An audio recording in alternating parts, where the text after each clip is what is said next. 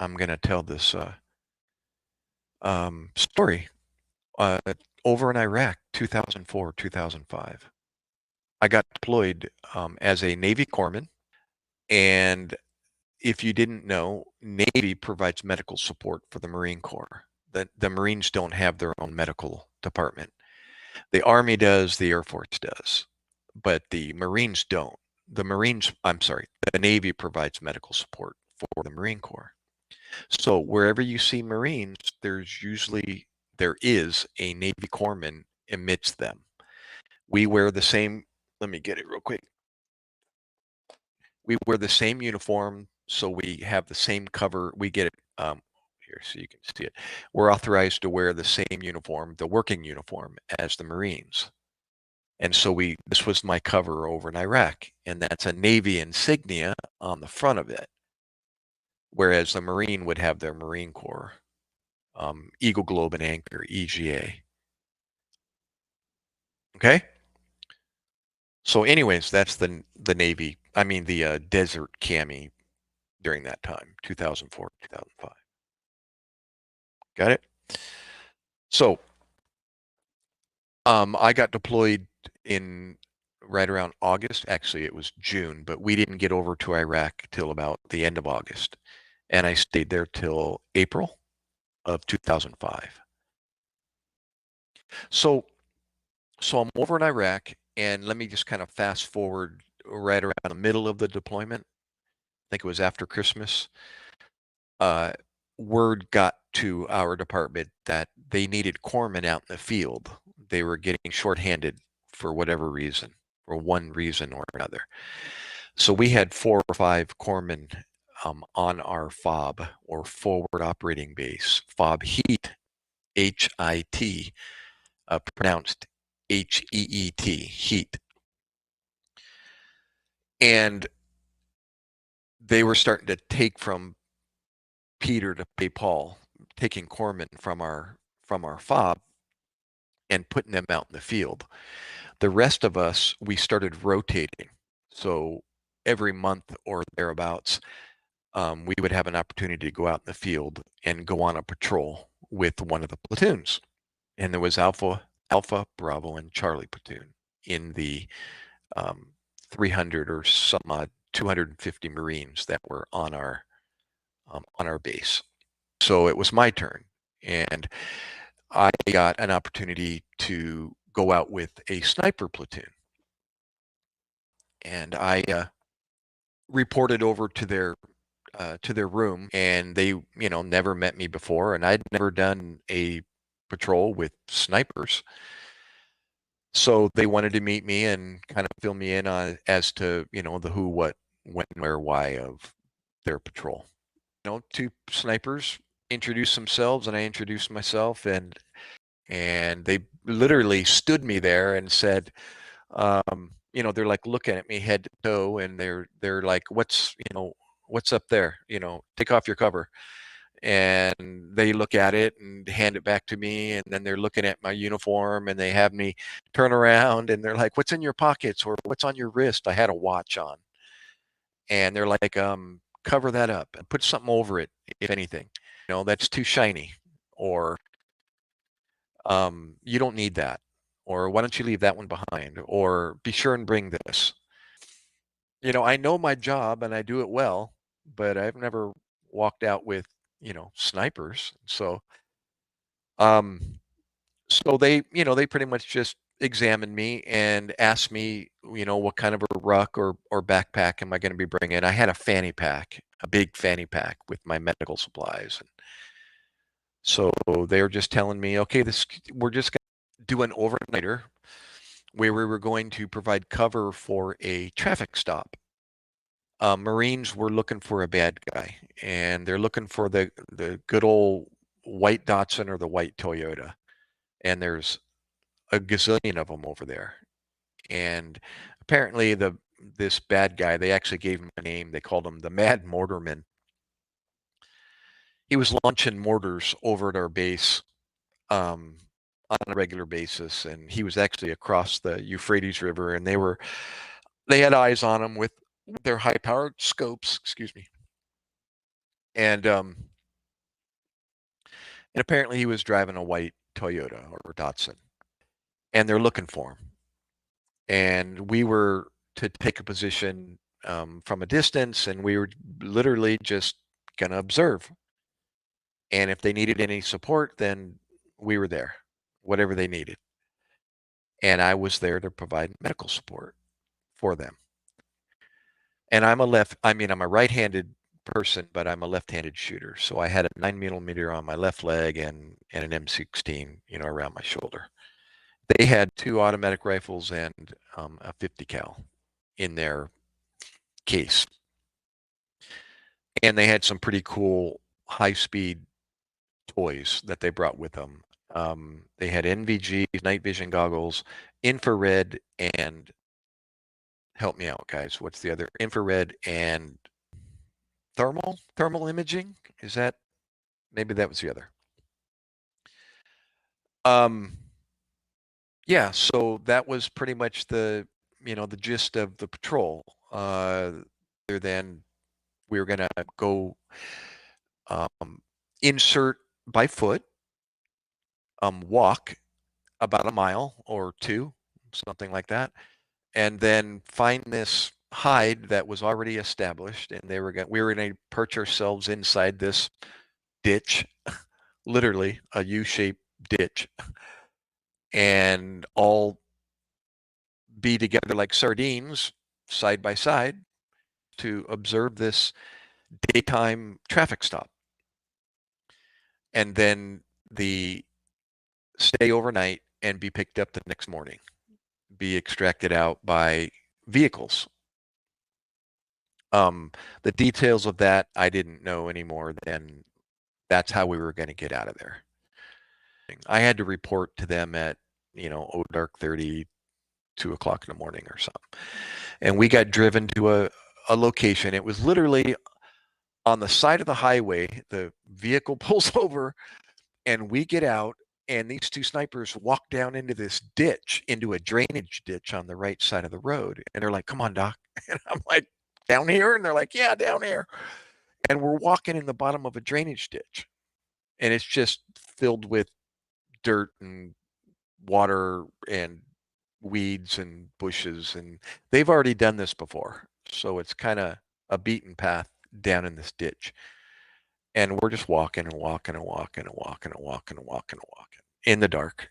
And eventually we get to this clearing, and there's a kind of a mound of dirt in the middle of nowhere. And on top of this mound is a little fortified little hut, I guess, and sandbags and wood and whatever. And inside of that is the hole. And we're just inside this hole. And they've got kind of a little gap around the whole hide where they can see out of. And it's in the dark. Like I said, 3 o'clock, 3:30 in the morning. We try to get some, rest before we wake up. The snipers tell me that we're going to do 1-hour watches.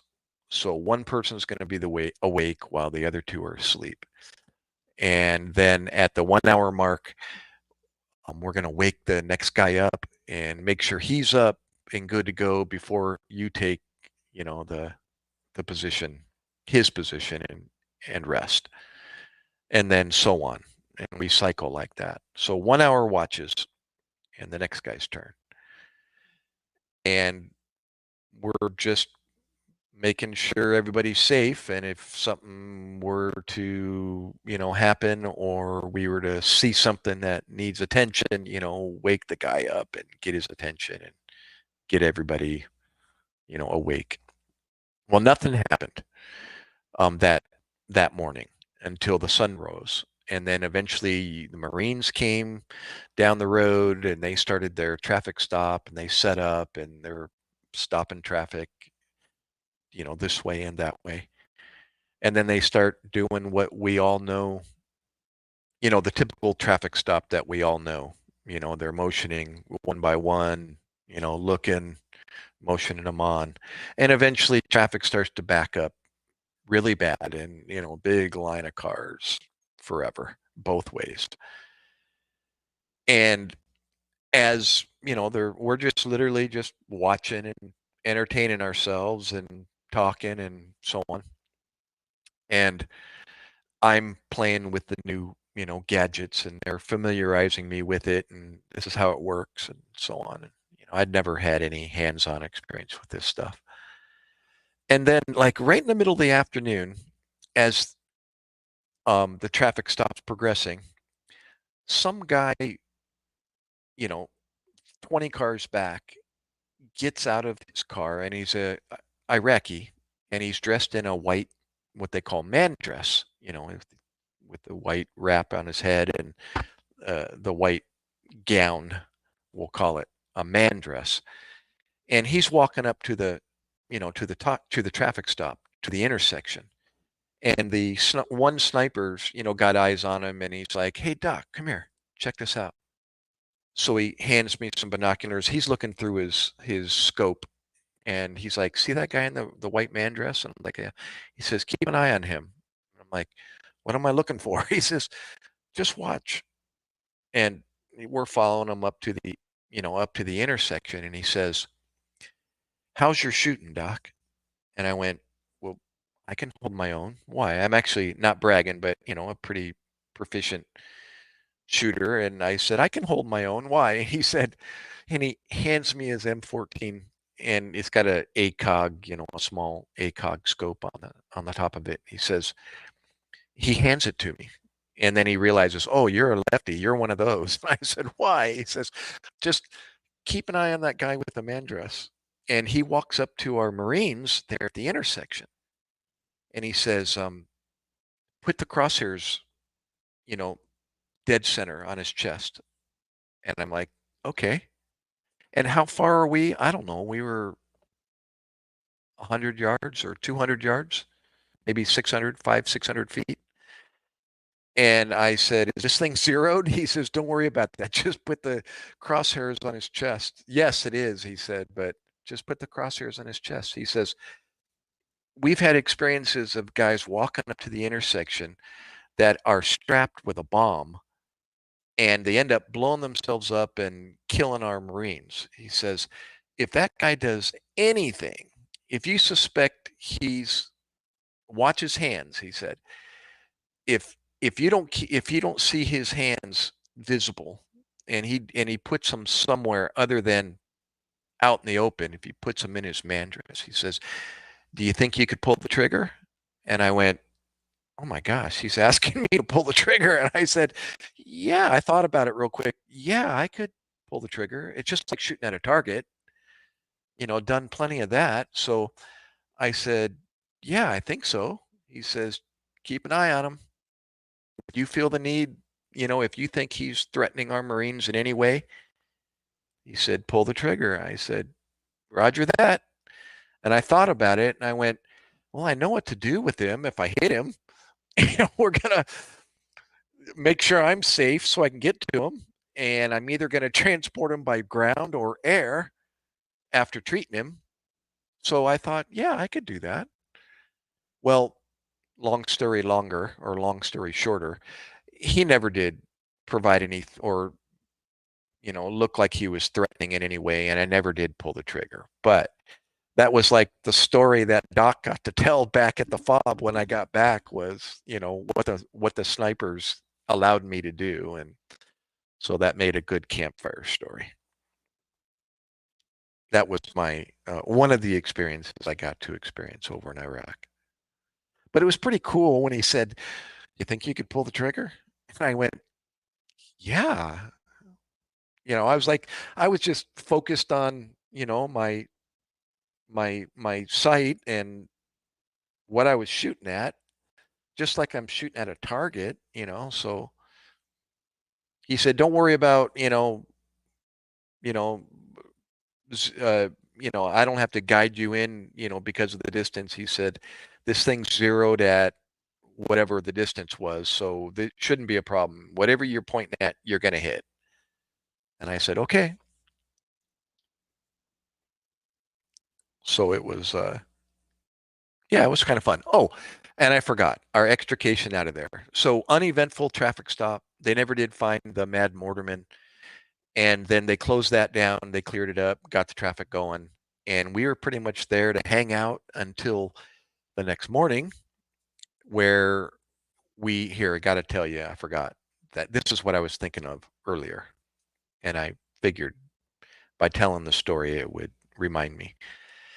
So into the evening, and we're eventually going to sleep, and somebody's awake, and then it was my turn, and I got to play with the toys and look at all the try the different binoculars and vision and so on. And then I woke some guy up, or then the guy up, and he took my place, and I took a nap. Well, all of a sudden, I'm asleep because all of a sudden, out of the blue, the sniper next to me is like, "What the bleep?" And he kind of said it loud, and everybody's up and like, "What's going on? What's going on?" And he says, "Who pissed?" And I said, "I didn't. Did you piss, Doc?" And he's just like upset. Dude, I'm laying in a pool of water. Who pissed? And I went, I didn't piss. And so we're all trying to get our lights on and we're looking, and sure enough, I mean, we're all laying in water. I mean, the side of me is all soaked, my pants, my blouse, the side of my blouse is soaked. And we're trying to figure out what's going on. Well, it turned out that my bladder, my camelback, the the valve on the mouthpiece came open and it just poured itself all over in the bottom of our hide, and it got everybody soaking wet except the guy that was on awake, but the one guy got soaked, so he thought somebody pissed. So yeah, it was Doc's fault. And then eventually we, like, I don't know, still dark out, 4:30 in the morning. um he wakes us. Everyone's woke up now. We're all, packing up, getting out of there, and we start walking. And I'm literally just following. And the word was that we are going to get our ride out of there. So yeah, they had on their help me out, guys. What are the patches? The infrared patches. I didn't have one, but they had them on their shoulders, I think, and on their lapel. And they reflect with infrared vision goggles, and they're bright. They use them also with and yeah, you may know what I'm talking about. Those that were in the army, they put them on a stick, and they spin them like a lasso, and they spin them above their head. And if we're being extricated by air, they can see that whirlybird um, infrared patch device being spun on a cord. Anyway, that was, never. I didn't spend, like I said, I didn't spend time with the Marines. I was what they called blue side, meaning I was with the Navy until I got deployed. And then I went green side for a year or thereabouts. It was like 10 months. Yeah, whatever. And the, it was my initiation to the green side was my deployment to Iraq.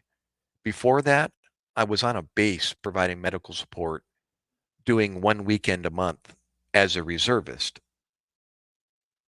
And because I had this other insignia called 8404 attached to my corpsman rate, that made me valuable to be deployed with the Marines if needed.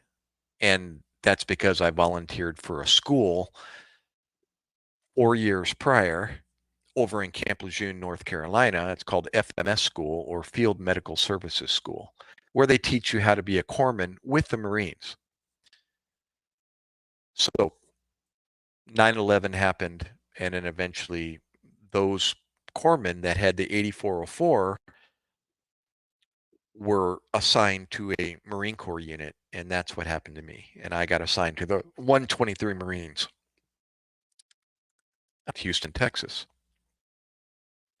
So I got to go play with the Marines during war, and then got to learn, the logistics of being deployed out in the field with the Marines.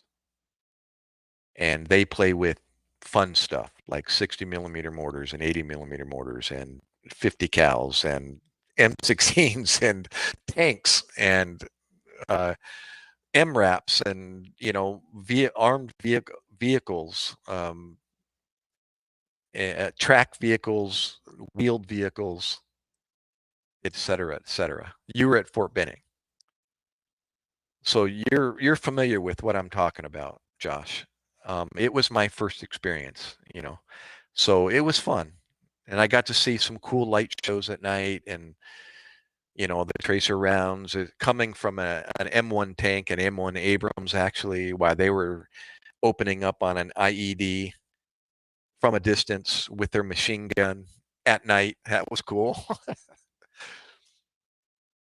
And yeah, anyways. Oh, yeah. So we got picked up by some not track vehicles. I don't know what the name of them. I forgot, but they had like 3 wheels on each side, 6 wheels, and they were like being in a toaster oven in the back with the diesel fumes fumigating you. They open up a steel door. You climb inside. It's kind of a V-shaped hull and 3 wheels on each side, and we put 3 snipers and the rest of the guys that were in there, and that was our extrication out of there as we're pouring sweat and pounding water while we took the however many mile trip it was back to the 2 mile trip back to the fob. And that's how we got out of there.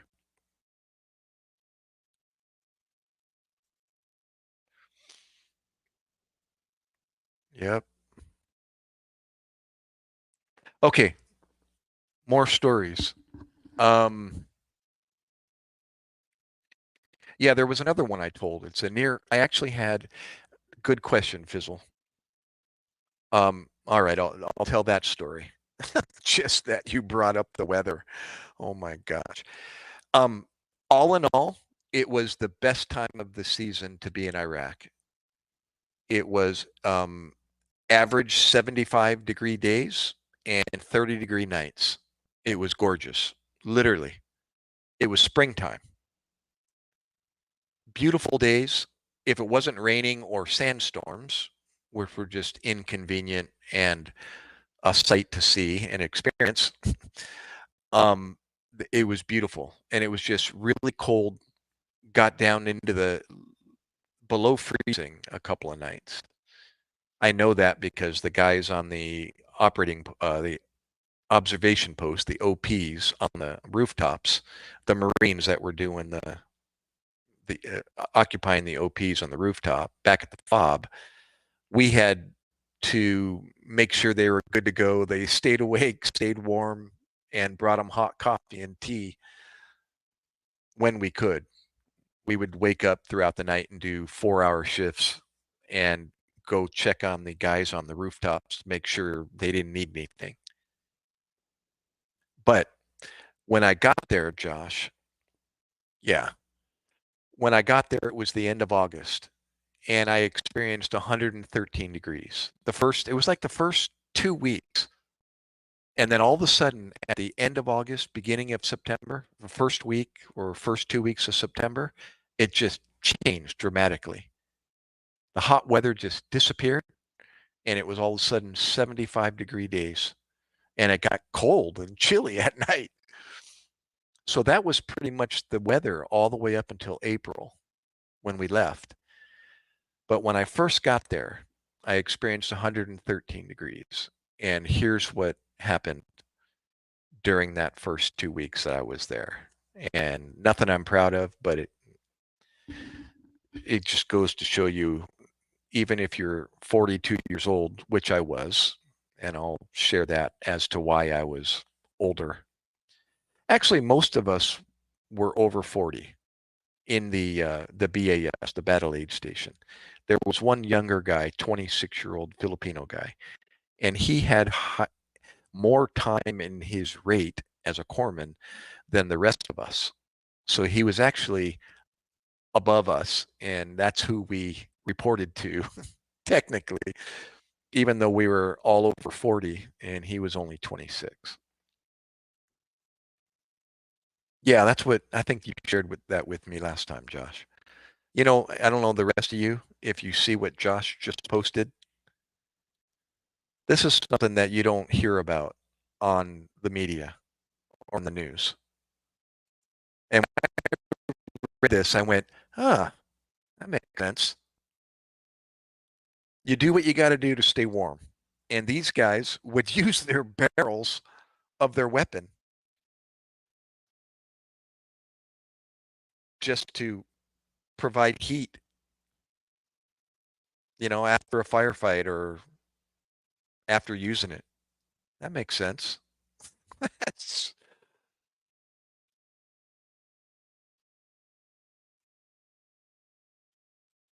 yeah, I hadn't heard that either, Fizzle.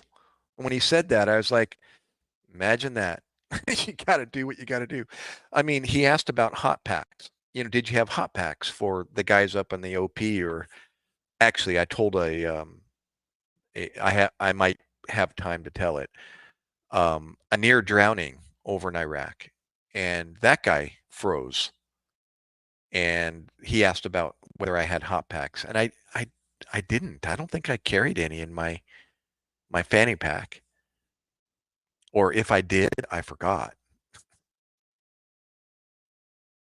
But anyways, yeah, if you don't have hot packs, use your rifle barrel. God, that's awesome. Your comment, Josh.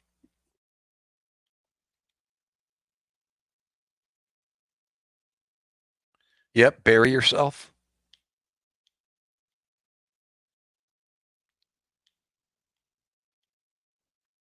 Was that the only time? No, I got an opportunity. I don't know, 4 times. Again, it was like the middle of the deployment when they got shorthanded and we started going out in the field. And I'll tell you about my orientation patrol. I told that one last time. That was pretty cool. Unexpected sequence of events that was just, I mean, again, made a cool campfire story after the fact, but at the time, definitely put the fear in me and put me in a position I never even imagined or even foresaw or heard about or learned about. God, what in the world? But I think Josh heard this story last time. So when when we got the word that they were being shorthanded and how they were going to utilize the corpsmen at the BAS by rotating us, I went out for my orientation. I was going to shadow a corpsman, and he was going to tell me, here's my platoon, and here's what we do, or typically, here's how it goes. And they're either in a vehicle or they're on foot or both, using their vehicles to get to their destination, and then they go on foot or they patrol in their vehicles, whatever. But this was on foot, and I was with Charlie Platoon. The corpsman. Gosh, I even got a story about the corpsman. Gosh, guys, you're stimulating my memory. I actually went fisticuffs almost with this corpsman that was giving me the orientation. I'll tell you that one later. God, what a ridiculous um, story that was. But I'll tell you about it. God, now you're bringing back. This is the Al Anbar province, the city of Heat. You can Google that. You might even be able to see fob heat if you go to Google Earth and type in capital F, capital O, capital B, and then the city of Heat, HIT. It might identify the fob. If not, I can actually, um, if you look at my videos under the paramedic folder, I think it's paramedic. you'll see a couple of either shorts or videos, short videos of me introducing and telling some of these stories that I'm telling now. And I actually do a Zoom. I used a video um, app, a screenshot app that records. That's what I'm trying to say. A recording app, and I record the Google Earth as I'm zooming in and panning back out of the the fob heat and the city of heat. I'll go from the fob, and then it'll rise back and then go over to the city of heat. So you can see the fob on Google Earth, and then it'll pan back, zoom back, and then pan back into the city of heat where I did my patrol. Marianne, are you live streaming, Marianne? So anyways, I'm telling the story, of my orientation patrol. So the corpsman comes and he introduces himself and he tells me, hey, be ready at such and such time in the morning. We're going to go on patrol down by the Euphrates River. And the fob itself is right literally on the edge of the Euphrates River. Well, it's about a quarter mile off the Euphrates River. So it's like a quarter mile walk to get to the edge of the Euphrates. The river that Jesus walked next to. That was pretty bizarre when I realized where I was. Um, so that's where we are. It's in between the Haditha Dam and uh, Fallujah, I believe. Fallujah is down south. The Haditha Dam is north along the Euphrates River. So we're going to do a patrol down to the Euphrates and walk around. I don't know what the purpose. All I know is that I need to be ready at this time, and they're going to pick me up, and then we're going to go on foot, and he's going to show me the ropes. So I did. We get going, and eventually we're walking along a dirt road. They're doing what they call a file formation. There's two files, one file on the right side of the road, another file on the left side. Actually, if you go to this website, it's a blog that I started, too many years ago, and I haven't. I update it every once in a while, but it has some after action stories that I wrote.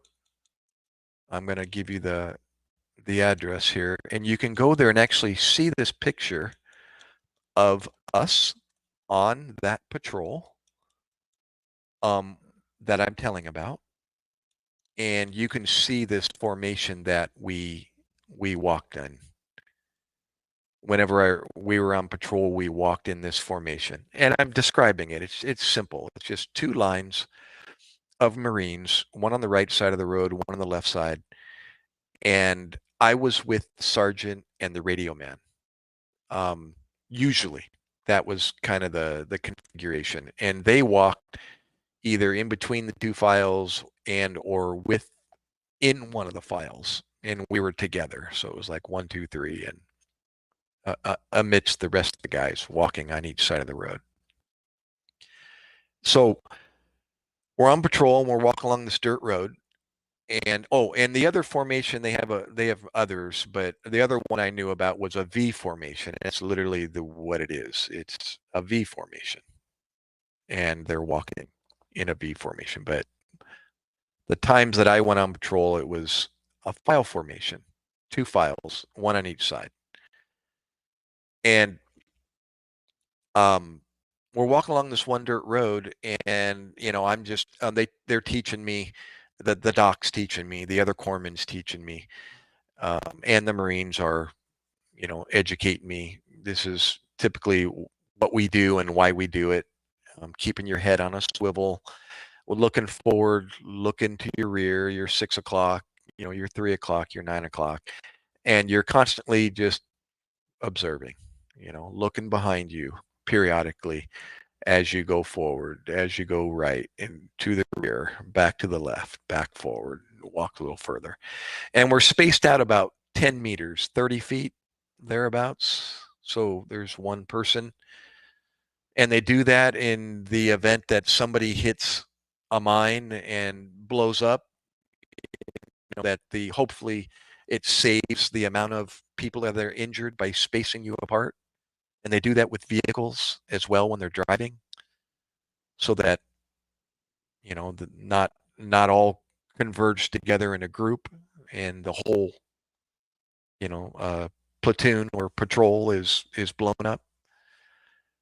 And walking in the footsteps of the guy in front of you, so you're literally looking at the boot prints of the guy in front of you, and you can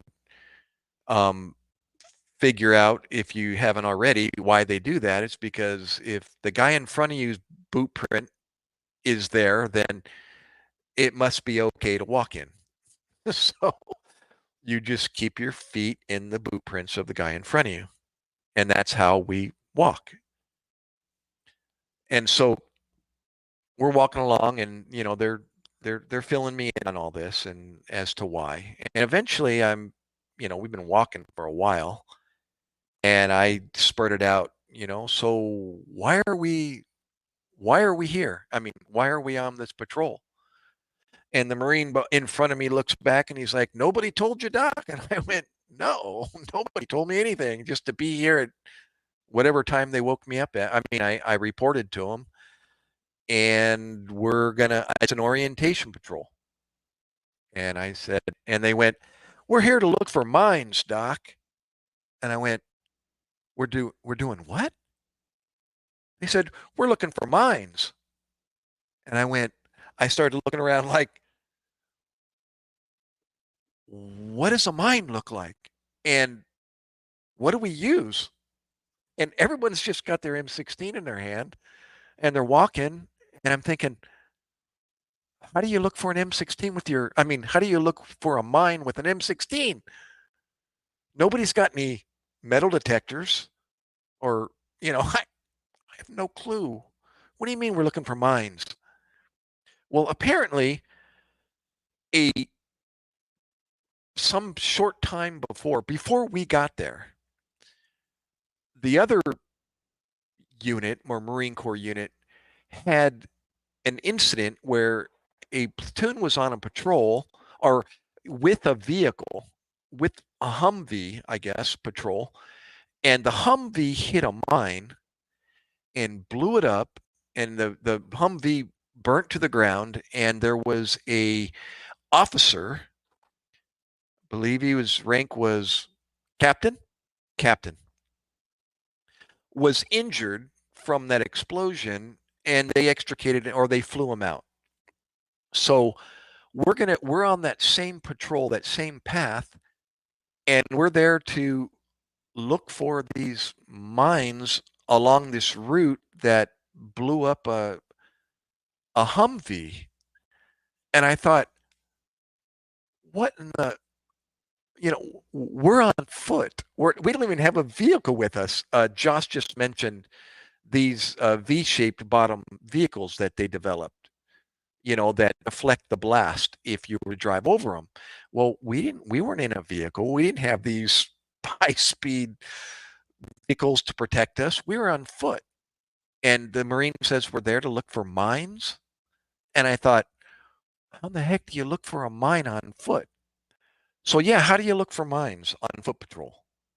And that's what I asked. How do you look for mines? And actually two Marines almost in stereo said, you just look for things out of the ordinary, Doc. And I thought, holy moly. That's when this fear level all of a sudden just filled me. And I went, holy crap. So we're walking in an area where there's mines, and I'm putting my foot in the footprint of the guy in front of me for that very reason, that if his footprint is still visible, then it's okay to step there. And, I just realized that's when, I really don't have a whole lot of control of where I'm at and what's going to happen next. So what do? You continue to put your footprint, your boot in the footprint of the guy in front of you. So we're walking along, and eventually we get near you're going to see that picture on that blog spot if you go there, um, of this burnout Humvee chassis. The chassis that hit that mine is still there, and it's blackened, and there's nothing to it except the frame of the vehicle, still there in the dirt.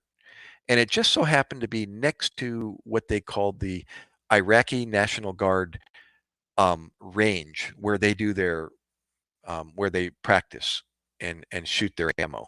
And it's called the ING range, the Iraqi National Guard range. We had our own, the 123 Marines, they had their own range in another location, and the ING had their range. Well, that's where we're patrolling to and through. And next to that range is that burnout Humvee chassis. Well, I'm in that general vicinity. We're approaching it, as a matter of fact. The chassis is off to my left. And I just happened to look down at the boot print of the guy that was walking, 10 meters in front of me. And I'm placing my right foot into that boot print. Well, I'm about to. I'm about to put my boot in that footprint. And I looked down and I thought, wait a minute, that's a sprinkler head. My brain said, that's a sprinkler head from Home Depot. That's what I thought. Except usually they're green. The round pop-up sprinkler head, the sprinkler, you know, that one. Well, I saw that in the sand, and it was half covered with dirt, and I could see the one half of it exposed, and it was obvious. It was sitting on top of the sand. The lip of it was like right there in the sand, and it was half exposed, except it was tan colored. And I sat there and I stopped, and I'm just looking down at this thing going, my brain's trying to figure out, why is there a sprinkler head in the middle of the dirt out in Iraq? And I'm looking around for, uh, a building or something, irrigation, or, there's got to be human being somewhere that laid this sprinkler head, and there's nothing. I mean, we're not even at the edge of the Euphrates yet. So I'm like, why is there a sprinkler head? And I couldn't figure it out. And I'm just staring at it. And I kept remembering, you're looking for anything that's out of the ordinary. And this is definitely out of the ordinary. So I sat there and I hear the Marine behind me. What do you got, Doc? And I looked behind me and I went, it's like I stopped him. You hold up your fist.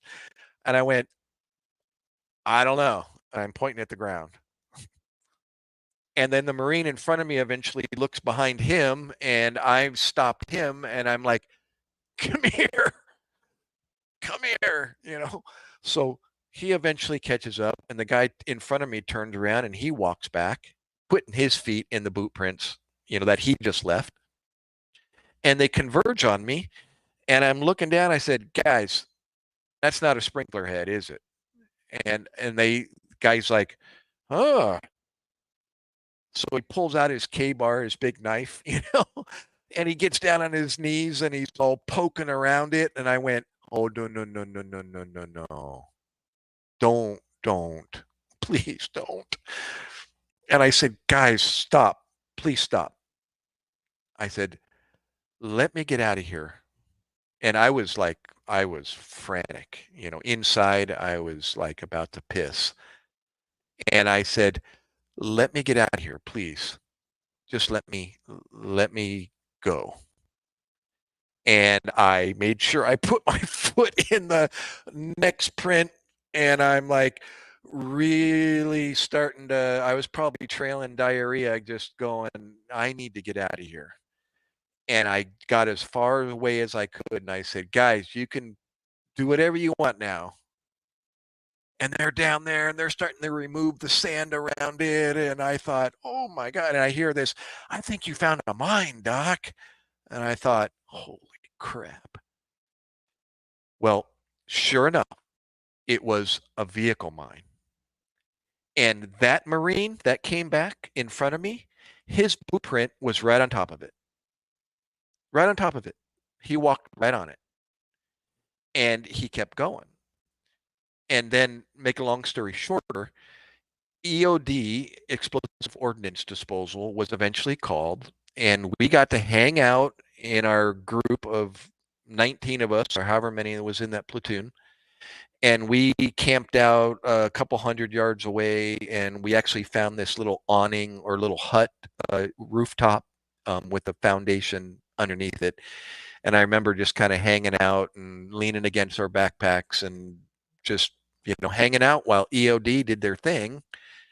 And they disassembled it and eventually took the explosive. It turned out to be a good portion of C4. Is that what it's called? And it wasn't C4 because it was from another country, I told. It was an Italian mine or something. The housing is actually made of plastic, and it has a aluminum pressure pin, and it's hard to detect, they told me, with metal detectors. So that's why they make them that way. And eventually we got to see we'll call it a fireworks show, and they blew it up a distance away, and we saw the big, plume of dirt and so on. And once they disposed of it, 3 hours, I think it took from beginning to end, we got to continue. And we went down to the Euphrates and walked along the Euphrates and went through some farmers' fields. And I actually, you'll see some pictures on that blog spot. I did some magic for the kids, and I used to do magic as a teenager, and I was performing sleight of hand for the Iraqi kids and giving them coins. And I would make a coin, an Iraqi coin, disappear, and then I'd give it to them, and so on and so forth. So that was the Oh, that was the campfire story that I got to tell back at the FOB when I got back. And we would all gather around at night and say, so how'd the patrol go, Doc? And I'd say, oh, well, here's what happened. And kind of, any information I could give them, they would use that, as knowledge when they went on patrol. What'd you wear? What, did it get cold? Did you have to, so they could get an idea what they needed to bring or not bring.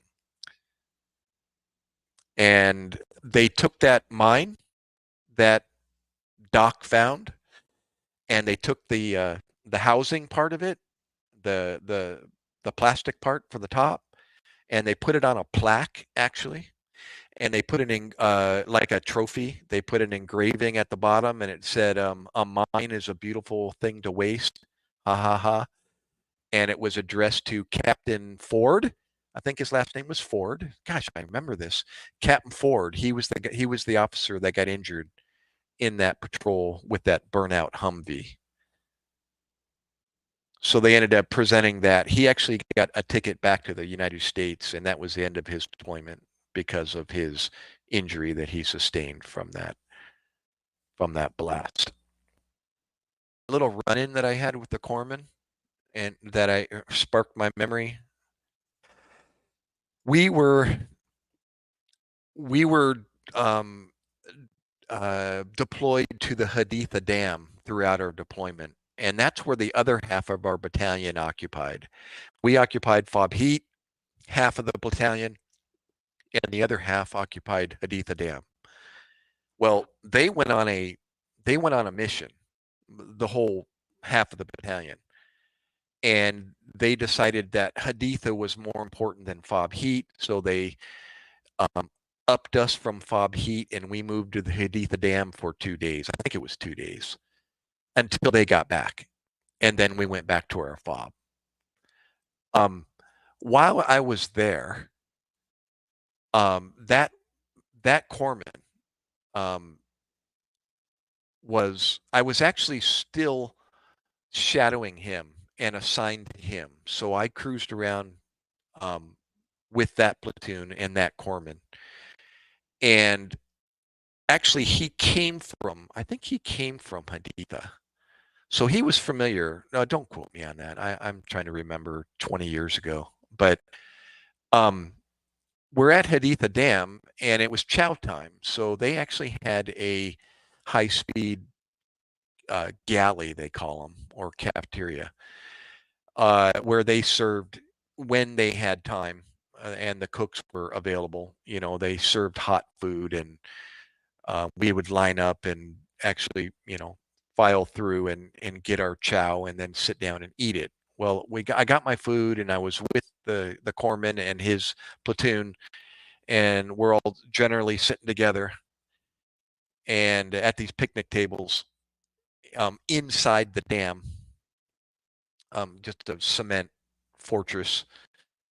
And we got in a disagreement, some verbal disagreement.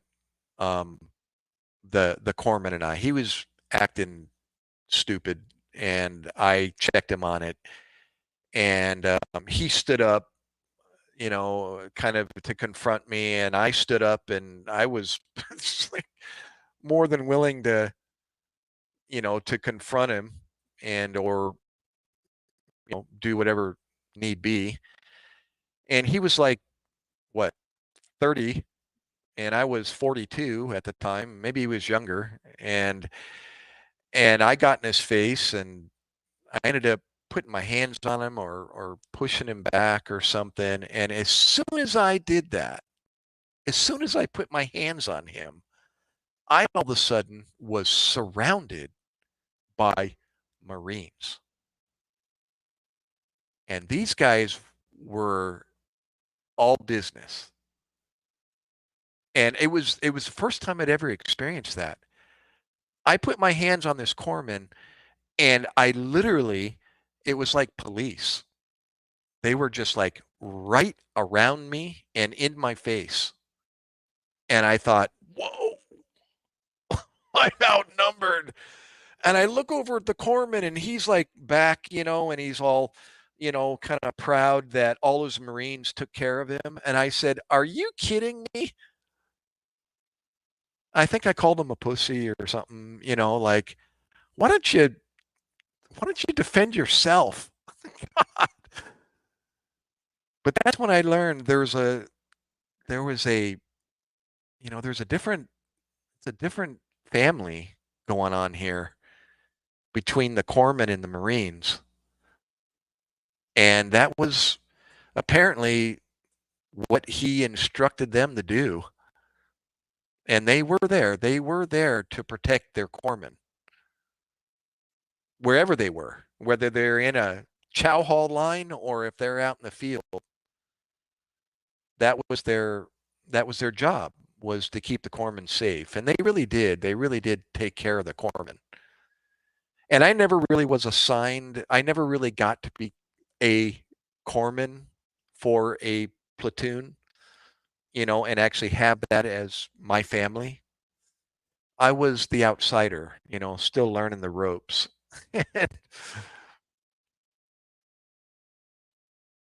So, and I was outnumbered, and that was that. And I had to walk away as they all literally stood like a shield around their corpsman as I walked away. I looked back, and I could barely even see him. All I saw was a wall of Marines.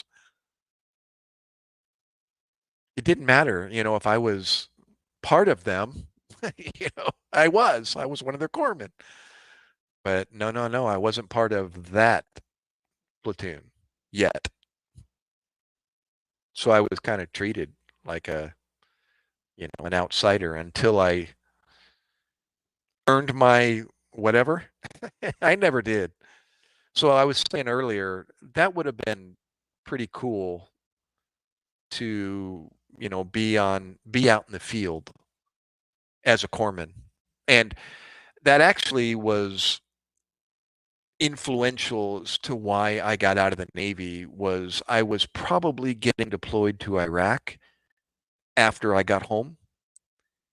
And that was kind of the scuttlebutt, the rumor that was going around that we were going to Afghanistan next, and that the 123 Marines, who I was with at the time, was probably who I was going to be assigned to, since I had already been there, done that with them. And I realized, you know what? I got to go. My 8-year contract was about a year and a half from being up. And I decided, you know what? I'm going to step aside. And I was not only a new husband, but I was going to be a daddy. I actually became a daddy to my 19-year-old, a new daddy, um, a month after I got home in April, and he was born in May, right here in Atlantic City. So, yeah, I got out of the Navy in 2007. That was my EOS, my end of service was 2007. So I did 8 years of Navy from 1999 to 2007. I got deployed in 2004 to 2005. So I didn't do 20 years. I didn't get a retirement. There are no benefits unless you're a disabled veteran. You know, they put your disability on a percentage. Um, and I'm not disabled in any way. So fortunately, at least I don't think I am. I get this twitch every once in a while. That's not funny, but so yeah, Josh, talk to me some more about your time in the military. Any memories you have, or just recollections? I got another one. Not that it's just something to talk about that I experienced after I got out that I never saw coming. Um, I mentioned earlier that I became a new daddy a month after I got home. I got home in April 2005, and my son was born May 10th, 2005. And so I'm at the hospital. My wife, by the way, she was 8 months pregnant at the Philadelphia airport where I arrived back home. Um, my my order said send Gary back to California, where I'm from, but I said no, no, no. My wife's up in Philly or up in New Jersey. I need to get back to her, and so they changed. Thank you, Josh. They changed my orders and sent me up to Philly, and where I reunited with my 8 month pregnant wife. So she delivers a month later at here in Atlantic City, and I'm in the delivery. I mean, I'm in her room, and the baby's in the bassinet, you know, that they put the babies in, and my son's name is Jordan. Jordan's at my bedside, at her bedside, and I'm in the room with her, and we're doing the family, the new dad and mom bonding with the baby, and uh, I think her family, one of her family was there with us, and so we're all in the room. And here's the here's the logistical setup here.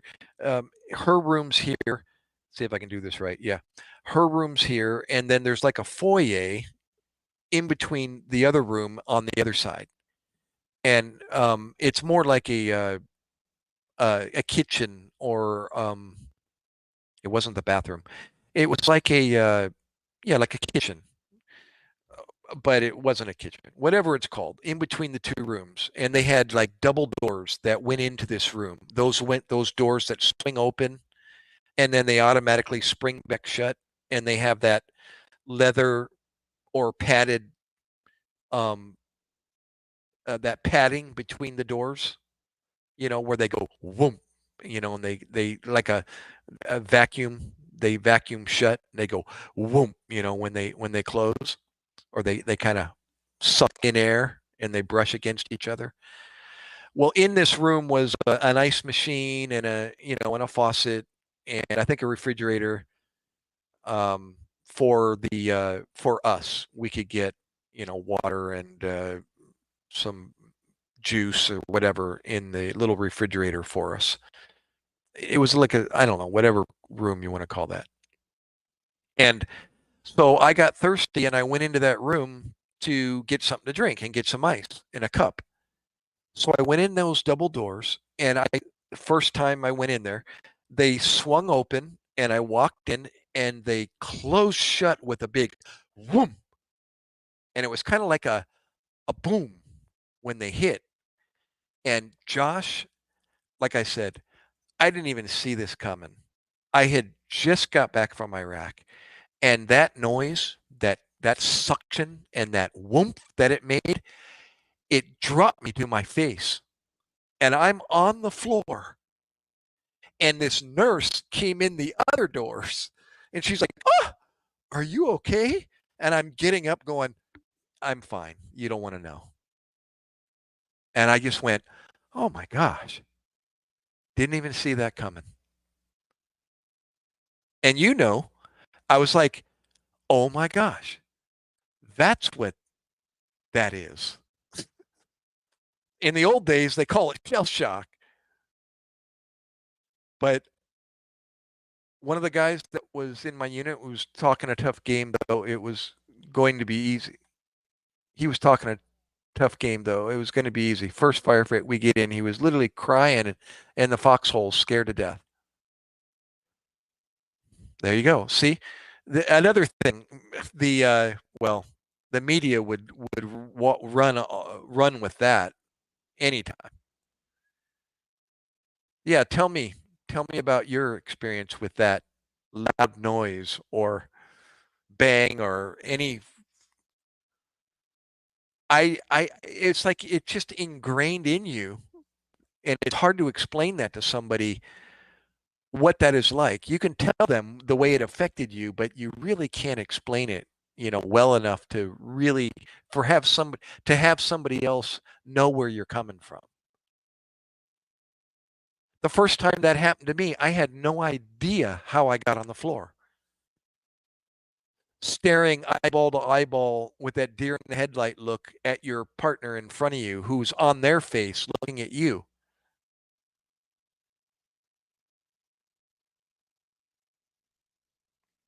Unbelievable. I remember the nurse telling me, "Are you okay?" Like putting her hands out in front of her. "Are you okay?" And I'm like getting up, going, I'm fine. You don't want to know. And she's like, "Oh my gosh!" Like she's trying to figure it out. Did you trip? You know, like no, didn't trip.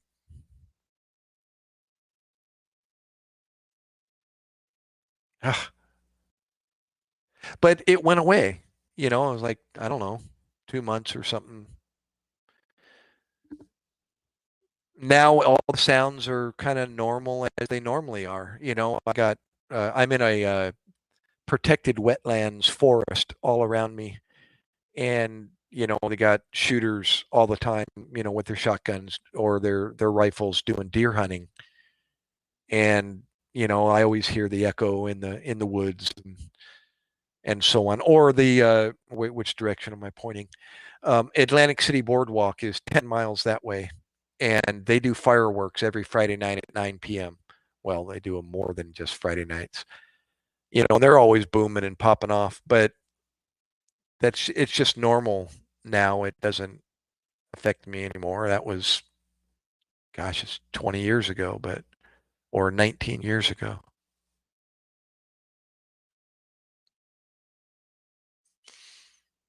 Yeah, the first time in foreign soil was the first 2 months were the worst.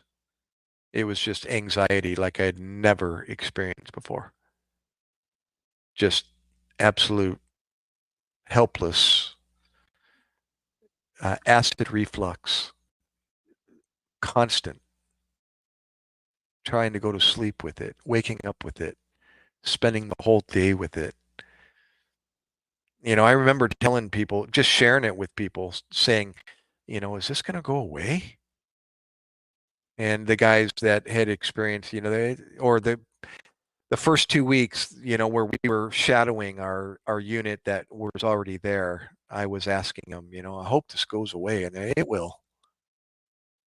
It sucks, but it'll go away. And then you develop a routine, and next thing you know, you live with it, and it becomes 60 and 80 millimeter mortar harassments become the norm, and you it's chaos when it happens, but then it goes away, and then you end up back in your routine, and you can never get used to it, but the the stomach acid feeling did go away. Took about 2 months, but first crazy time was an eye opener for me was watching the red tracer rounds fly at you at dawn. At dawn, I say, "Oh yeah, I remember the red tracer rounds, but not coming at me." Just rockets. I specifically had a rocket go over our head. We actually, I mean, not to compare notes or anything, but just telling stories. My commanding officer, again, he was only 3 years older than me. What's wrong with that picture? I always wonder, what did I do wrong? He's a neurosurgeon, and he's my commanding officer, 3 years older than me. He was 45 and I was 42 over in Iraq. Anyways, we were at the dump. We were taking a walk out to the dump just to check it out because we had only been there a short time. So we decided to walk out to the gray water in the dump I told you about last time. And it was a good distance away, maybe an eighth of a mile outside the wire, another eighth of a mile out into the dirt where the army had dug a hole in the ground. I believe it was the army's creation.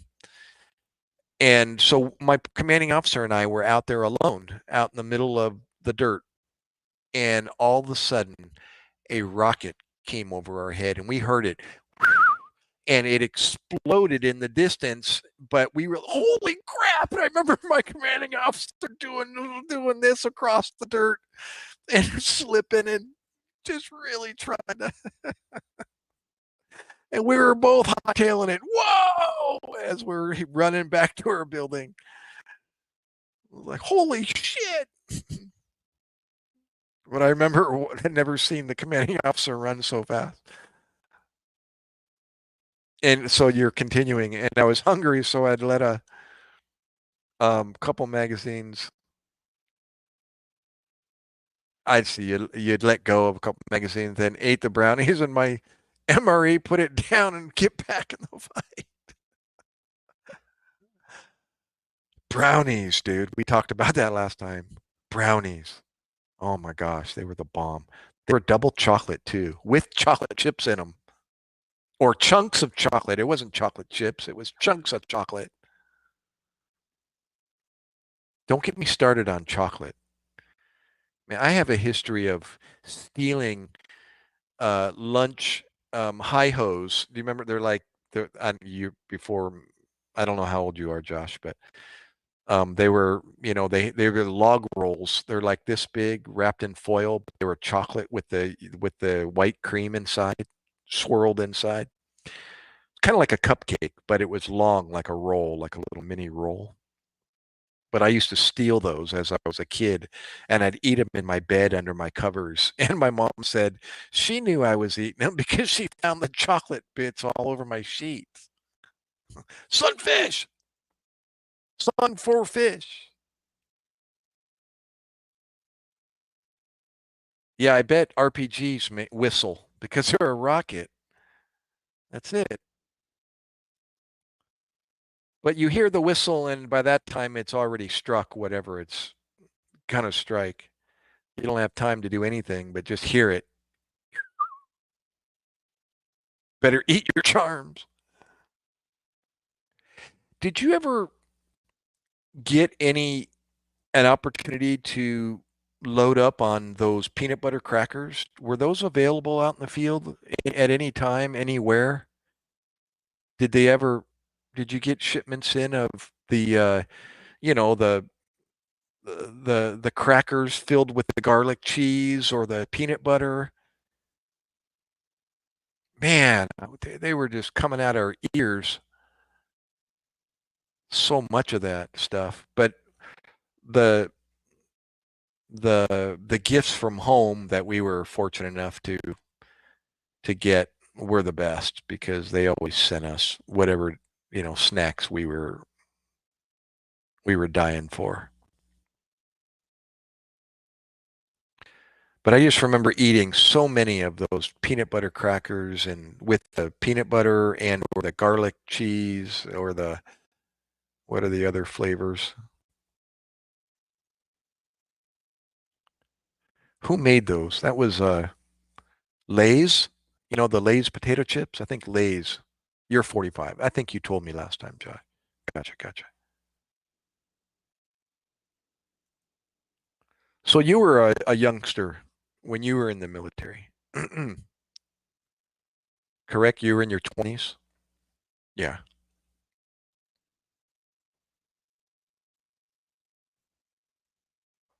Or you joined when what? You were like 19? And when you were deployed, what'd you say? 5 years after you got in?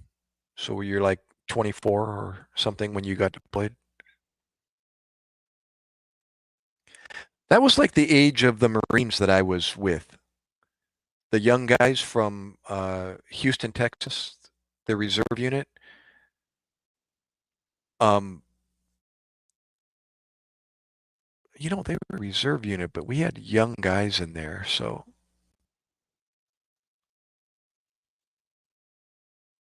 anyways, because I was older over there, they always assumed that I was, like an officer or, somebody that with, they more respect because I had more time in. Where in reality, I didn't have any more time in than a lot of the young guys because I joined it at such a late age. I was 37. And so, 5 years in service, I'm already 42, and that's how old I was when I was in Iraq, and I only had 5 years under my belt. Oh my gosh, see, bringing back memories. I When I first got to, I'm sorry, at the end of my deployment, the other unit that two, did I tell you this story already? I think it was 2-5, 2nd Battalion, 5th, 2nd Marines, 5th Battalion out of Ohio. Again, don't quote me on that. But anyways, they came in and they buddied up. You were encouraged to take somebody and they became your buddy and so that you could show them the ropes and they could assume, what you did.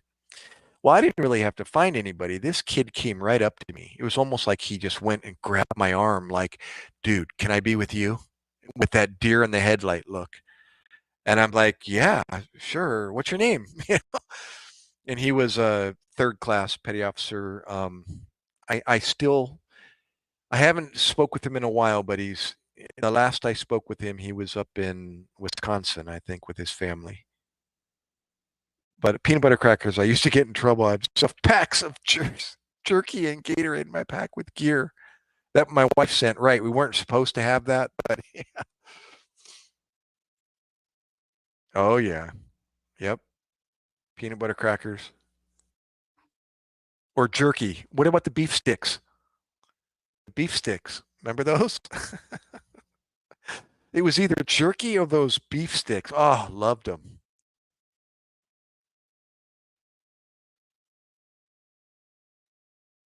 Oh, I know. Um, but anyways, this young guy, what's his last name? Anyways, he comes up to me and it was almost like, like grabbed a hold of me and grabbed my blouse and like pulled himself up to me and said, "Do you mind if I be with you?" And he was scared.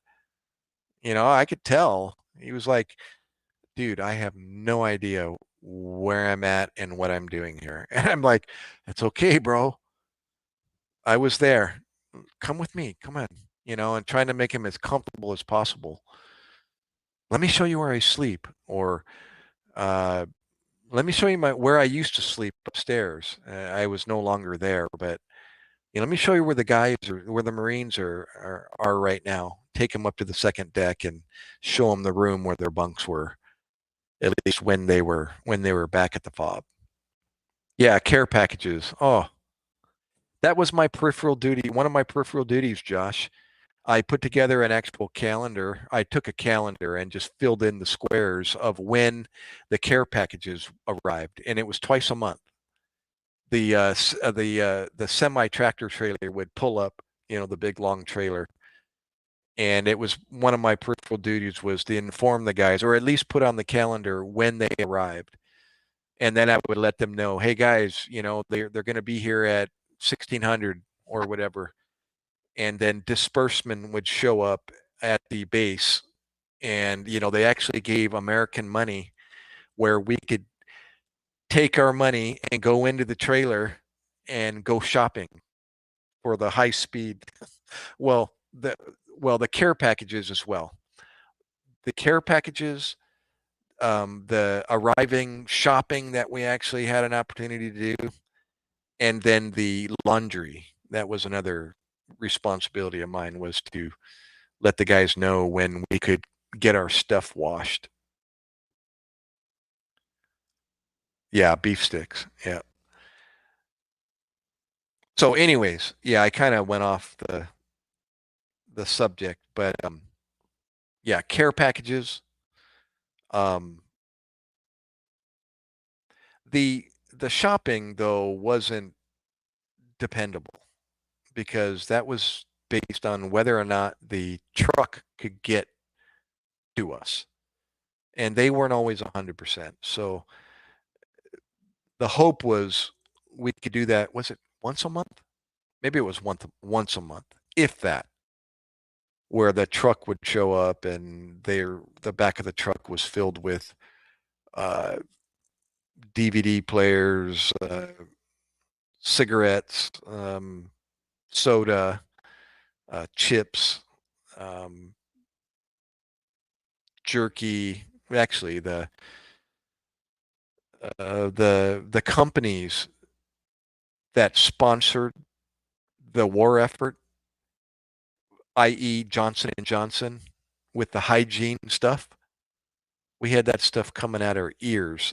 So much of it that those HESCO barriers, that you used filled with dirt. Well, we would fill those with care hygiene products, and it'd be out in front of the hooches, the buildings, out on the walkway, filled with that stuff.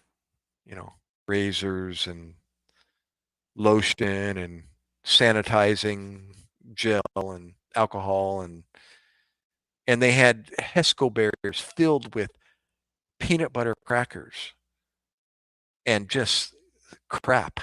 It was just jerky and, oh my gosh, endless supplies of that stuff. So I would imagine, being out in the field would be determined on how often you get back to a base or a fob, to resupply, or how often you got resupplied out in the field. Tell me about, you're answering my question. We would literally wait for the supply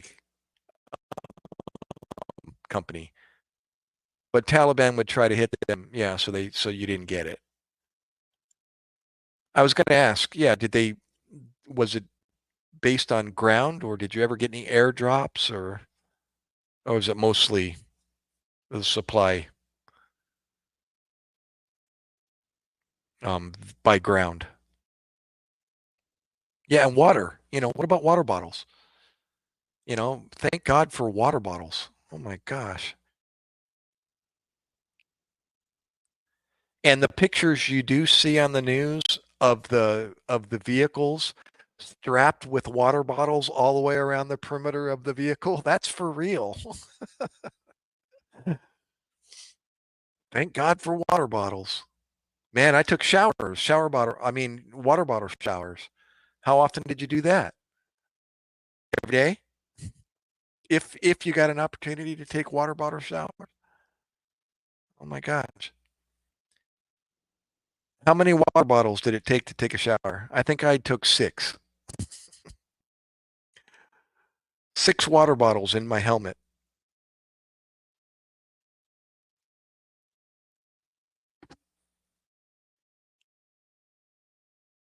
If, like I said, if you got an opportunity to take a shower or a bath or a whatever you want to call it, a drenching. Oh my goodness.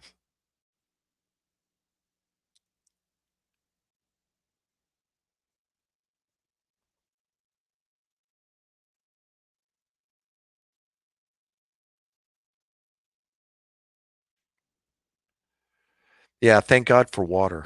I mean, as you know, I even told that to the cooks. I was like bowing to them. I said, you know what? Or just that whole logistical department that provided food, just bowing to them. It's like, God, thank God.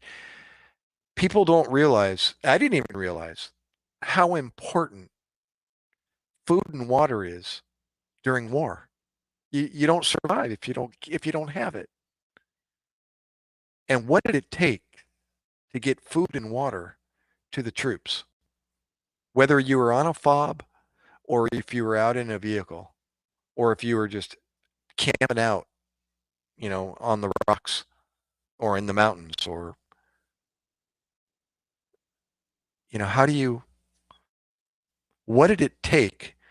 What were the logistics, that were put in motion to keep 175,000 human beings alive? It's crazy when you look at it from a management standpoint, from a logistical standpoint. Wow. I mean, absolutely wow. To keep that going, to keep that supply moving across the ocean, or, oh, I got you. Ground was the safer.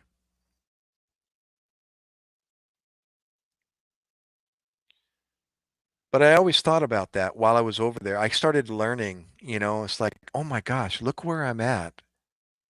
And look what we're getting. Look what we have available to us. Where did it come from? You know, whether they whether it was a joint agreement between overseas, excuse me, overseas suppliers, i.e., Arabic um, suppliers, or or what was sent from the U.S. over, all the way over to the Middle East.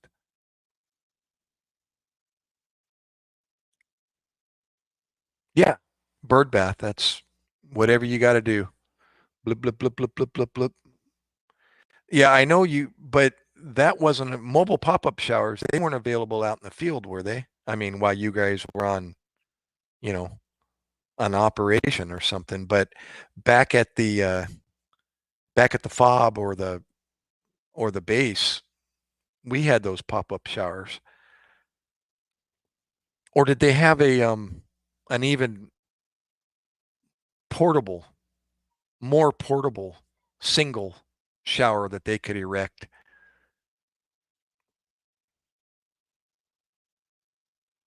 with a hang up bag of water with a shower.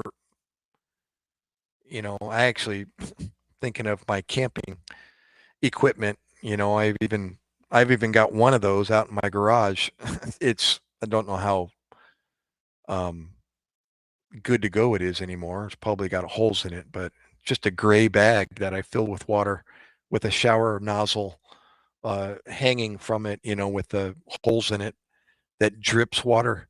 And you leave it out in the sun over during the day and it gets warm. And when you go in and turn it on and just let it flow over your head,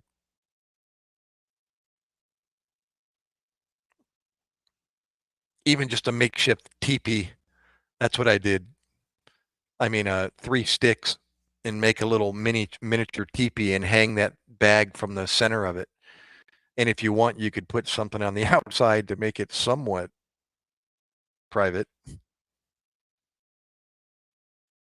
Or what about latrines? We didn't even talk about latrines.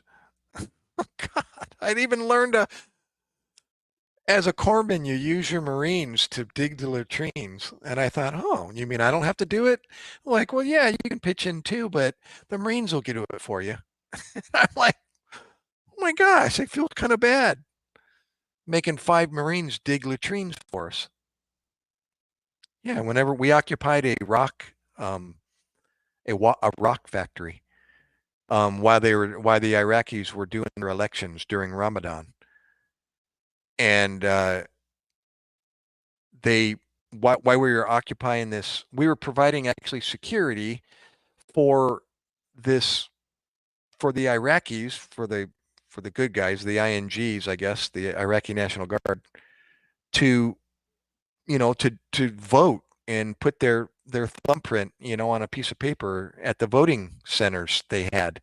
Well, we provided security for this one voting center, and we occupied a rock facility, and it was just a rock facility, where they carved rock and cut rock. Liviana, I remember you. Hi, Liviana. Yeah, nope, a tent with a 5-gallon bucket with holes in the bottom. Yep. Okay. Whatever works. Right, right. Hi, Liviana.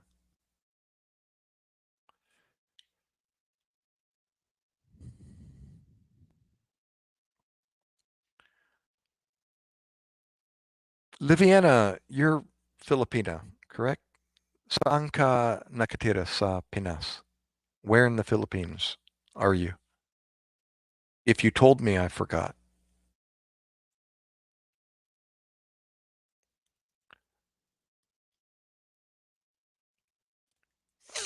Yeah, so that was my first exposure to, digging latrines when we were out on that little peripheral patrol.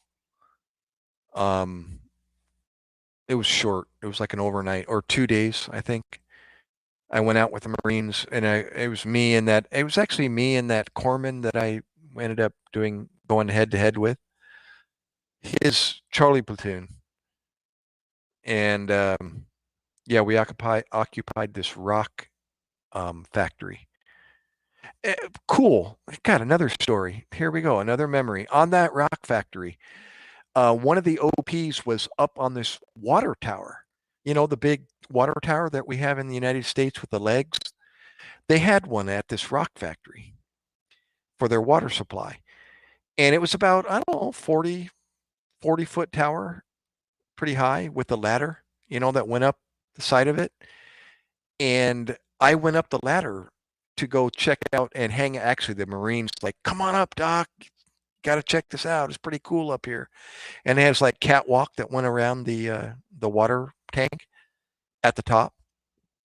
So I precariously climbed this ladder up to the catwalk, and then precariously hung on and walked around to where the Marine was, and we saw this great view, of the nearby village or town or whatever it was, and an IED, a tank had. He was already in communication and was looking with his binoculars, and he gave me the binoculars to check it out. And he was telling me he got on the radio that the unit that was there um, found an IED, and they dispatched a M1 tank to dispatch this IED from a distance with their M16. That was what I was telling you about earlier. So we watched this M1 tank open up. It was during the day, so it wasn't a light show. Open up on this IED in the road, and they hit it. And when it exploded, we're talking probably a mile away. I'm going to say thereabouts, if not a little closer, but at least a mile away. And when that thing went off, about 5 seconds, I'm going to say 5 seconds, that sound wave, that barometric change in the air reached that tower. And I remember holding on, and the whole tower goes, whoa, and rocked back and forth. And I was like, holy shit. And the Marines all hooting and hollering and going, yeah. I was like, oh my God. It's wild. Oh yeah, the sandstorms. Oh my gosh, I got a picture of me with my. I got it. I was going to say my neck gaiter. You know, the tan neck gaiter. I had that thing pulled up over my nose, up to my eyes, with my goggles on and my cover during a sandstorm. And we weren't supposed to take pictures, right? Right, because of the flash. Well, I was at night of all times when I shouldn't be, and I had my camera and I faced it towards me and I took a flash picture of my face like I wasn't supposed to. That's okay, Livy. Did you understand what I said? I said saan ka nakatira sa Pinas. Are you Filipina, Liviana?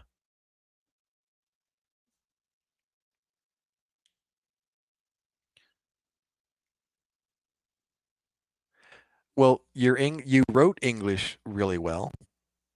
That was a very correct sentence.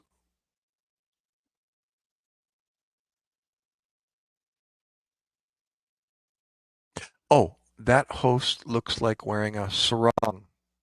Oh, just saw feet. You saw my feet? No, I got my pajamas on actually. That looks like a sarong. This one? This? No, it's just my pajama bottom and my long sleeve shirt.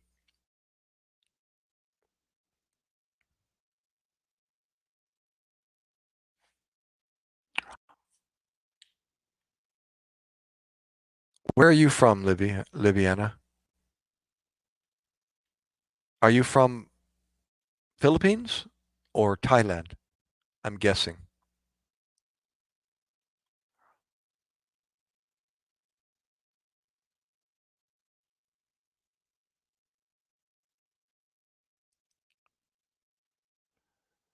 Oh, I'm sorry for that. You said you had to literally spit on your ammo on the mags to clear them out. Holy moly. Yeah, the dirt and the dust, that was, as you know, not only a problem for the weapons, but for the aircraft and for the computers, right? What hospital? What country, Liviana? My wife is a nurse.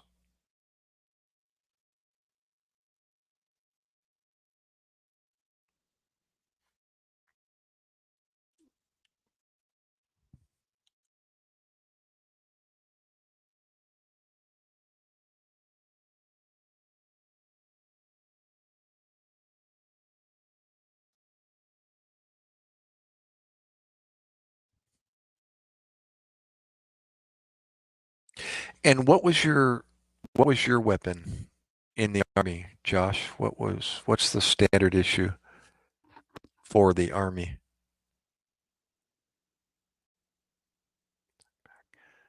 What country are you from, Liviana?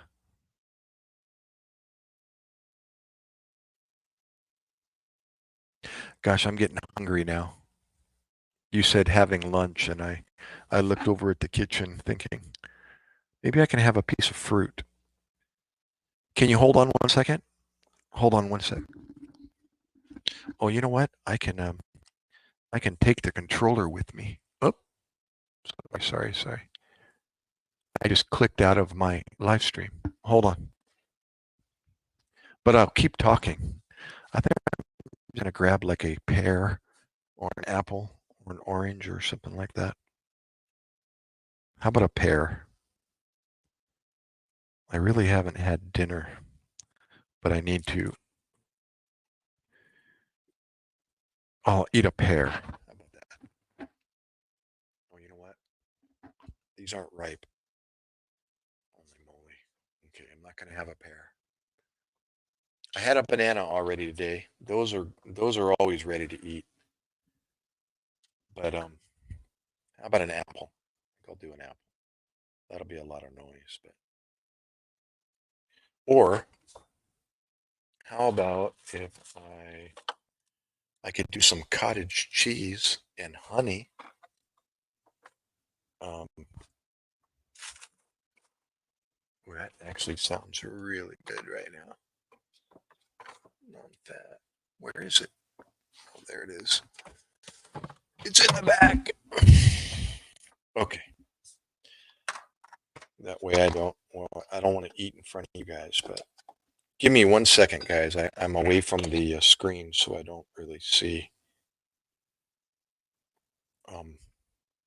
your comments. Give me 1 second.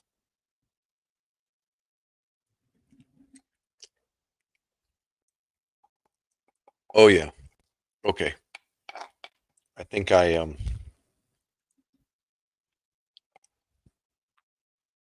struck gold here.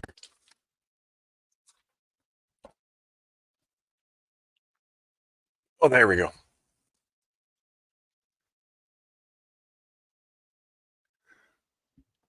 Yeah, it's true. Um, oh, I asked, what is the standard issue for the automatic rifle in the Army? Or at least what was it when you were there? Okay. So it's the same. M16 is what M16A1 was the same that we were issued. And the Glock, is that your, could you use whatever you wanted for your sidearm? Or was that the issue, the Glock 19? Hey, speaking of, I have it here somewhere. What did I do with it? Oh, let me show you something. You're going to appreciate this, Josh. Hold on. I got it in my room. Hold on, hold on, hold on.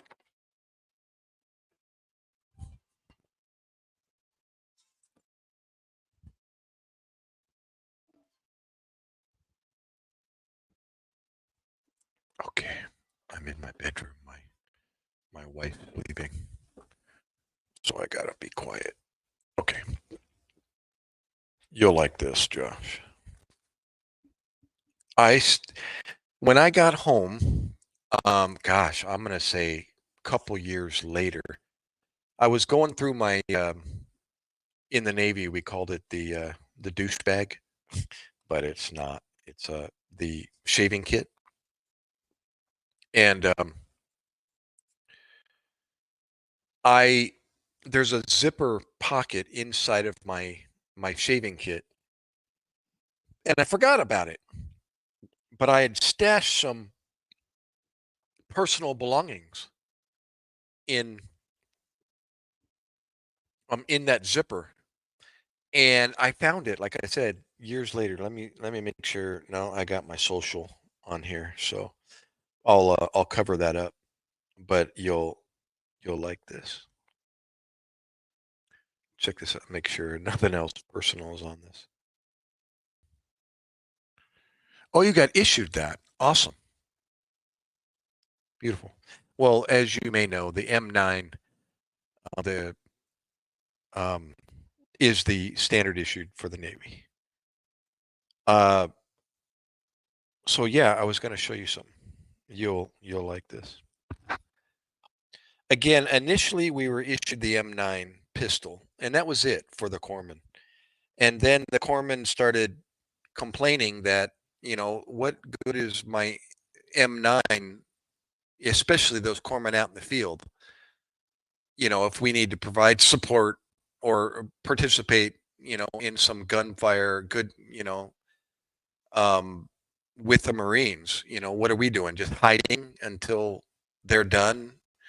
So they complained and talked enough to where the um, our the those in charge agreed that the corpsmen should be able to protect themselves as well. You know that the Geneva Convention, there's exceptions. So anyway, so we did get it issued the M16 shortly thereafter. It took a while, but here, look. You recognize this? Let's see. Let me not. But I'll just show the top of it. H&S Company, 123, with the. I'm trying to cover up. That's okay. My name's no biggie. That's the 9mm pistol.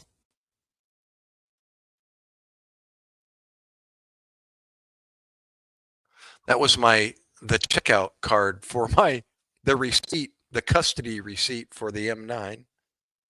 And like I said, eventually we got issued the M16 as well. Cool, huh?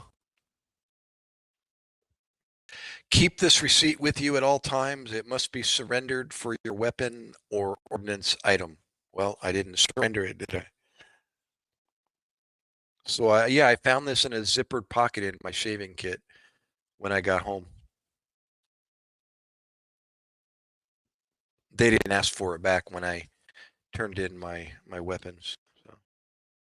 See if I can put this politically correct, Josh. But did you acquire any souvenirs from the Army while you were in?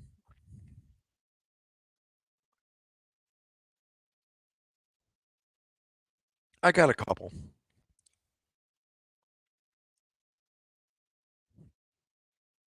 Mm. Yeah, I'm trying to remember. I don't remember the logistics. We carried our M9 and the M16 on the airplane on that unmarked civilian aircraft on the way back to the United States. We sure did. We ended up surrendering the weapon. Oh God, where was it? At the airport? But they weren't loaded. No ammunition was allowed, but the weapon itself we carried. Maybe we did it in Germany when we refueled on the way back, but somewhere we gave our weapons back.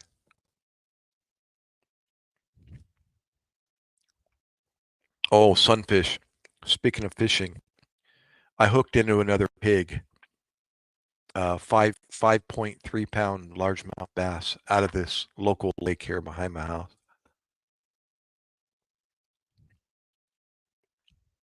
It has a story behind it too. I'll have to tell you. Hold on, one more bite.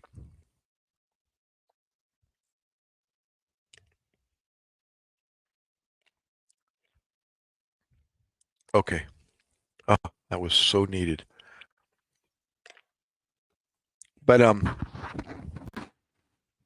I was out in my kayak again here real quick. I know this is not a emergency medical story, but is my there we go. It's about as clear as it's going to get. You cleaned your M9 tonight? Also, it seems like when I left the service, there's nothing that gets my adrenaline pumping like that feeling. No, no.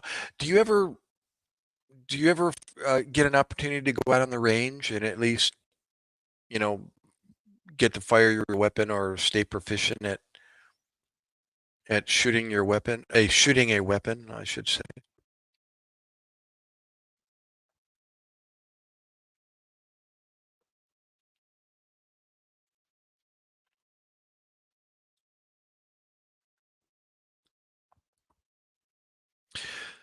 Yeah, I think I remember you sharing your little 22. Did you really? You did get a couple of cold rings?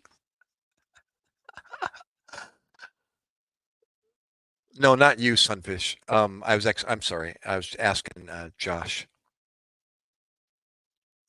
Josh, by the way, Sunfish, Joshua above you, he's Special Forces Army Ranger, and we've been I've been sharing my experiences over in Iraq, which is no big deal. Fun, more fun than anything. Josh was actually had some direct action experiences over there, and he uh, he knows weapons probably better than I'm sure better than I do. So maybe you can share some details about what you own, and Josh would appreciate that, I'm sure.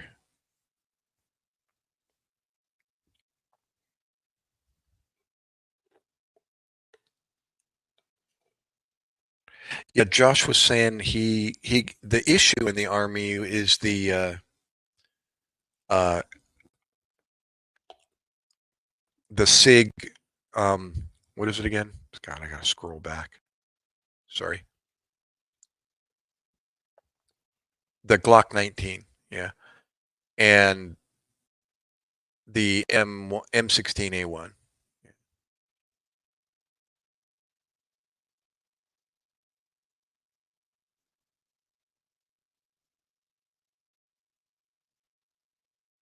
Yeah, I was referring to like equipment as far as souvenirs.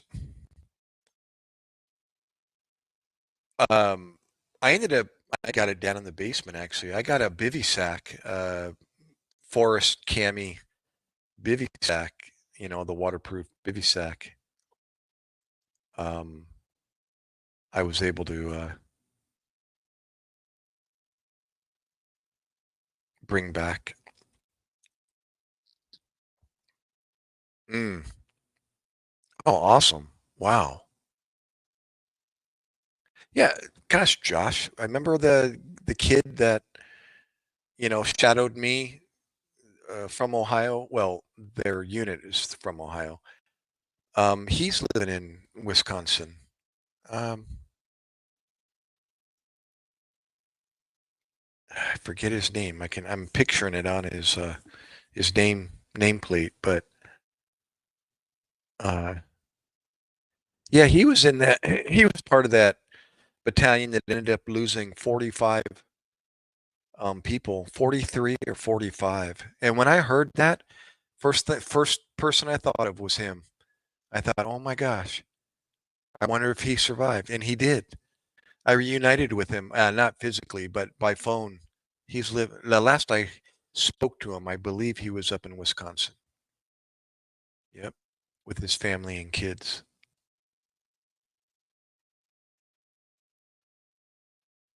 But he said it was horrible. I just remember, I didn't go into detail, but he did share with me, some details, but he said it was horrible. He said that deployment was horrible. And I can't imagine, I'm only imagining, what he went through. I can't relate, and say, I experienced that. But, to hear him say that and then to experience, I remember looking, his look in his eyes when he first met me, he was just a scared, Navy corpsman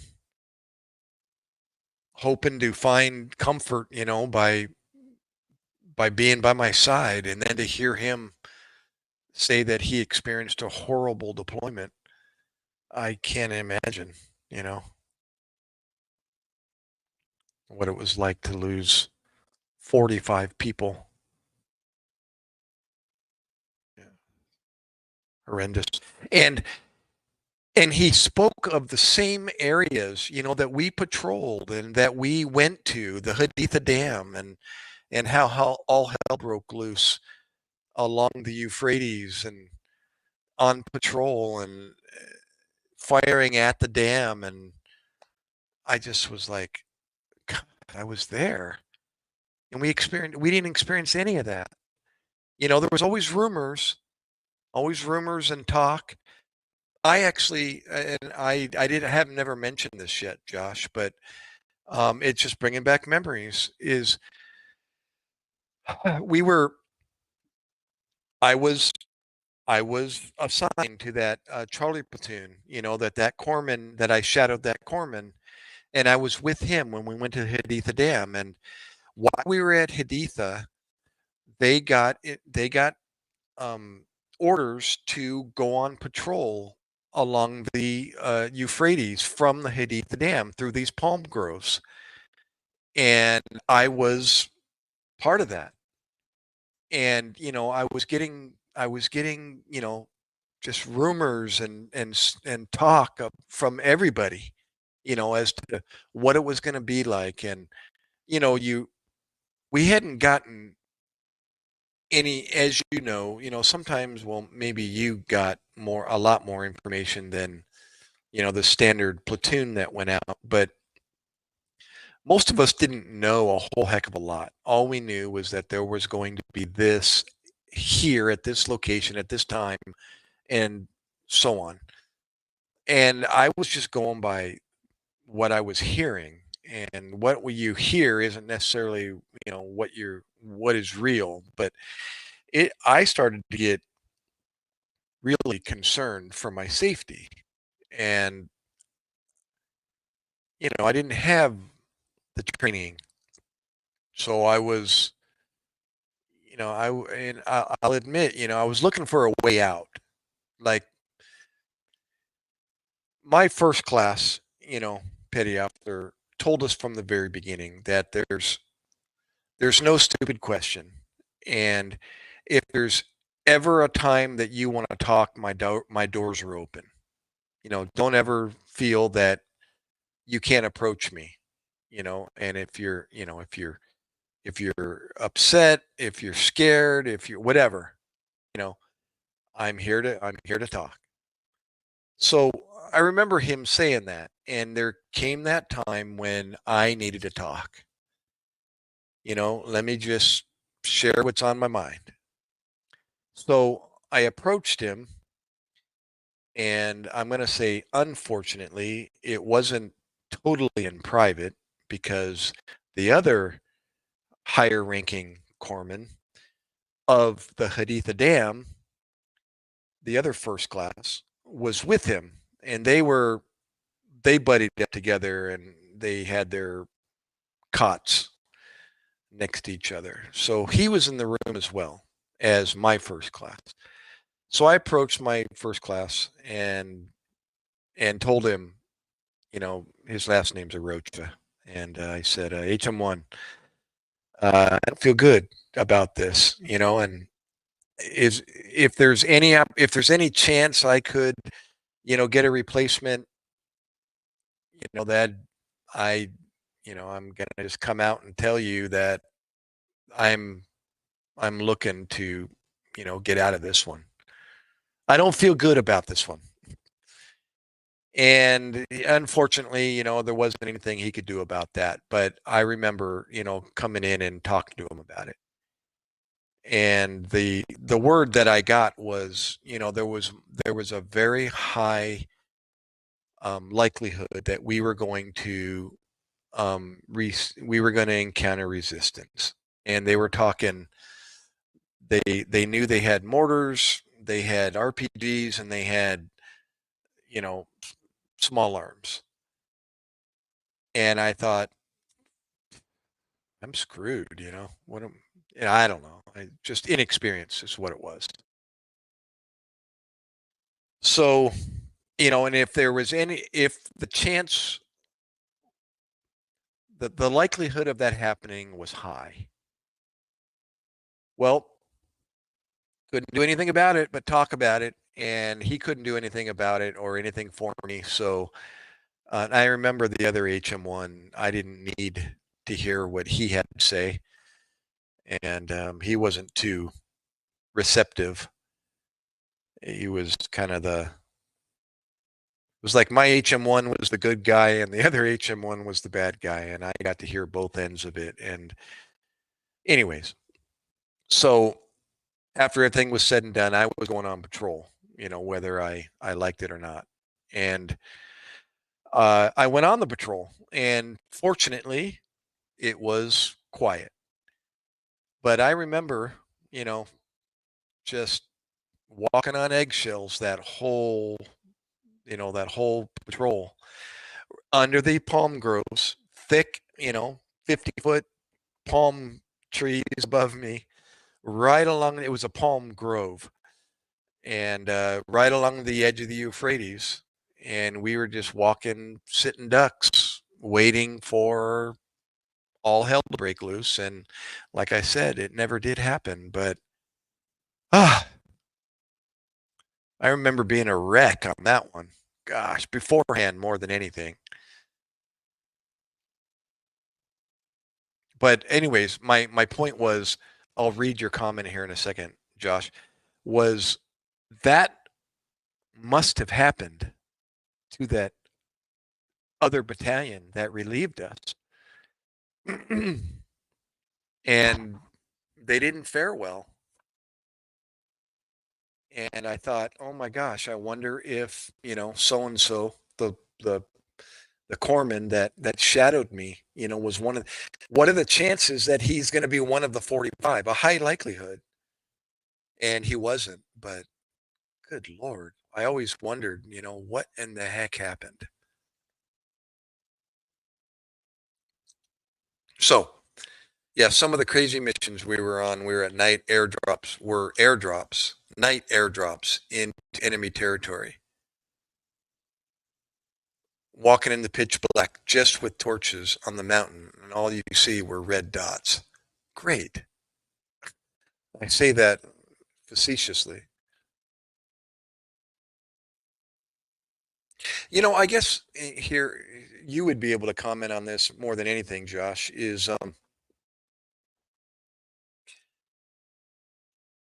it, and again, I could reiterate that the reason why I went in, and spoke with my HM1 that day, that night, was because my inexperience.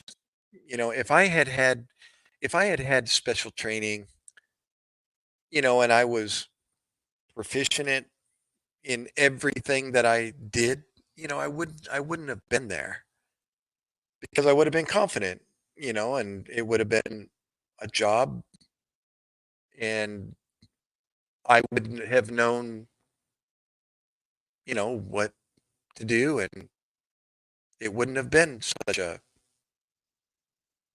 you know, harrowing mindset. But it was. And I remember I thought, well, now's the time to go and have a chat because I ain't feeling right. I did.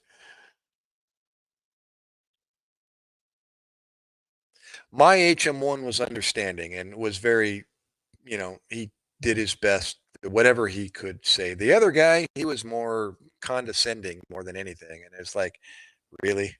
I kept looking over at him.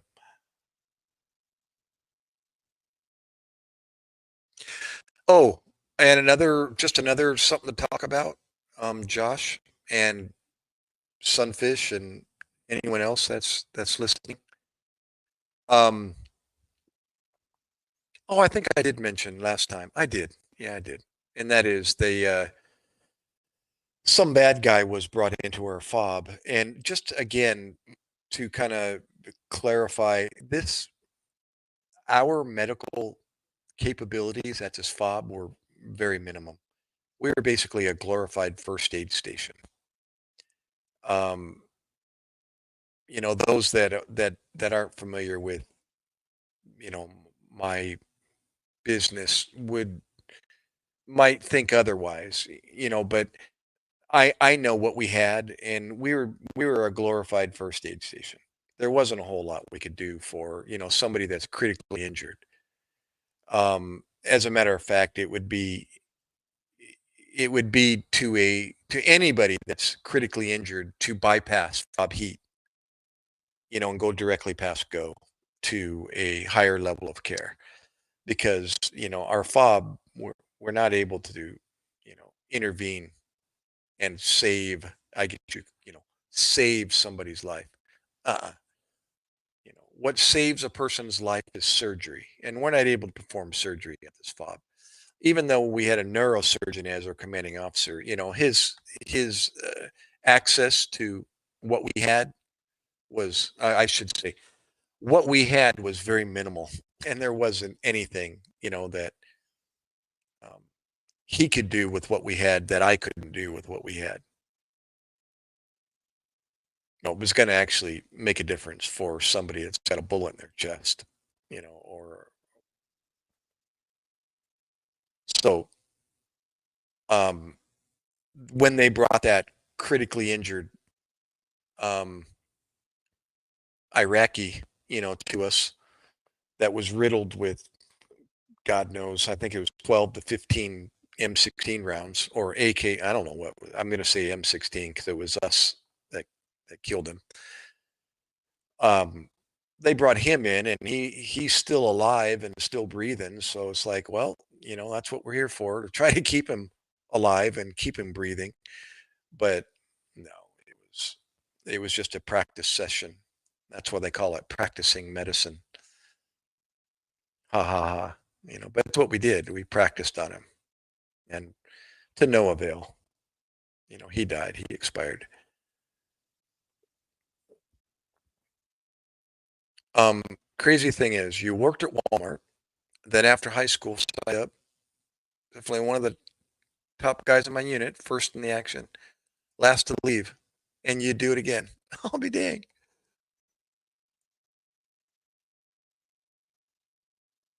You worked at Walmart while you were in high school?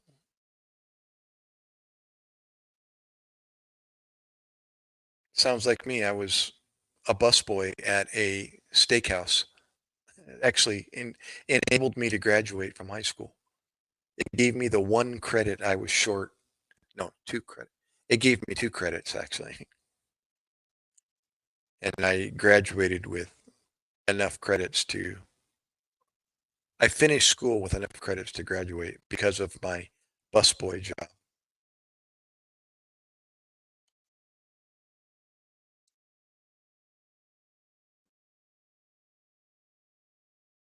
Speaking of doing it again, Josh, at the very end of our deployment, they did ask. They had our HM1 came in and said, "Hey guys, we're about to, head out of here, but before we do, there is an opportunity to re-up this deployment. You won't have to stay here if you decide to do this again.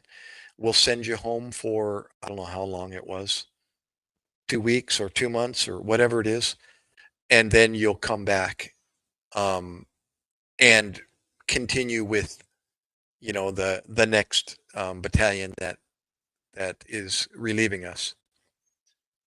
And we had one guy from Hawaii. He was older, he's in his 40s, and he told us he was living on his own in Hawaii. His family wasn't there.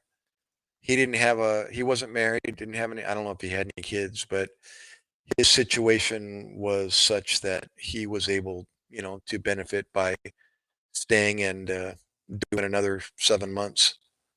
So he volunteered. He was the only guy. And speaking of, um, I told you I got an opportunity to see Robin Williams there at the Al Anbar. I mean the air base on Al Assad base. Well, while I was there waiting for the Marine, to be seen to get his checkup, I sat at on this chair or on the seats out in the waiting room of this medical center, and it was a it was the next higher level of care. Um, I sat next to a civilian contractor, and he ended up being from America. He was a firefighter supervisor, and he was overseeing a battalion, a firefighter battalion or something that was sent there. They actually deployed, shipped by air and or sea, actual United States fire trucks and ladder trucks over to Iraq, and they did a fire support there on the Al Assad base. So it was a civilian contractor doing the support for Al Assad. And I was talking to him, and he pulls out of his wallet his business card and he gives it to him, and he's like, "Hey, um, if you're up for making 125,000 a year for a 2-year contract," he says, "drop me an email." He says, I'll hook you up." And I went, "What?" He says, "Yep, I can pay you 125 a year, 2-year contract, and you get 2 months out of the year leave, or is it 1 month or whatever it was." But he said, "Yeah, right." I mean, after hearing, my background, and I talked with him while I was waiting. He said, "Yeah, I'll hook you up." And I didn't do it because I was, expecting I was going to be a dad and had a pregnant wife at home. But it's a single man's game over there, man.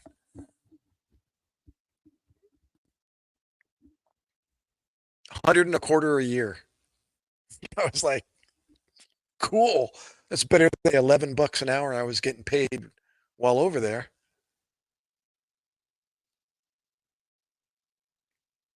But that's when I learned, man, there's an opportunity. There's opportunities, civilian opportunities to go to work overseas. Just get online and look for them,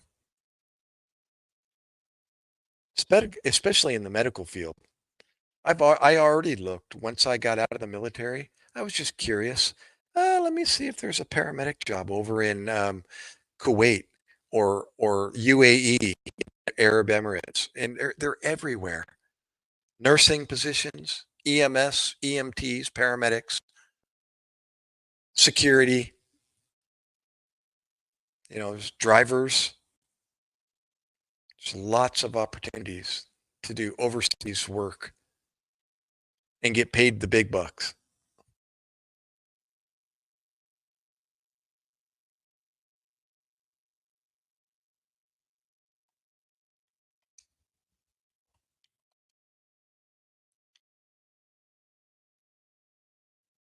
I may have said the overseas foreign workers that I was working with, guy from Albania and Yugoslavia, they were getting paid they were getting paid 4 times what what they would have made in their country. The one guy was a driver over in Albania. He got paid 200 a month, 200 US dollars a month. Well, equivalent to 200 US dollars. They were paying him 800 in Iraq. And I was like, "No wonder you're here." He's like, "Yeah, I know." He says, "I get to send this home to my wife and my kids." He had 2 children, the guy from Albania. I was like, "Praise God." Unfortunately, you had to come to a war-torn country to drive these trucks, trash trucks out to the dump, but he's getting paid 800 US dollars. They paid him 800 bucks as opposed to 200 in Albania.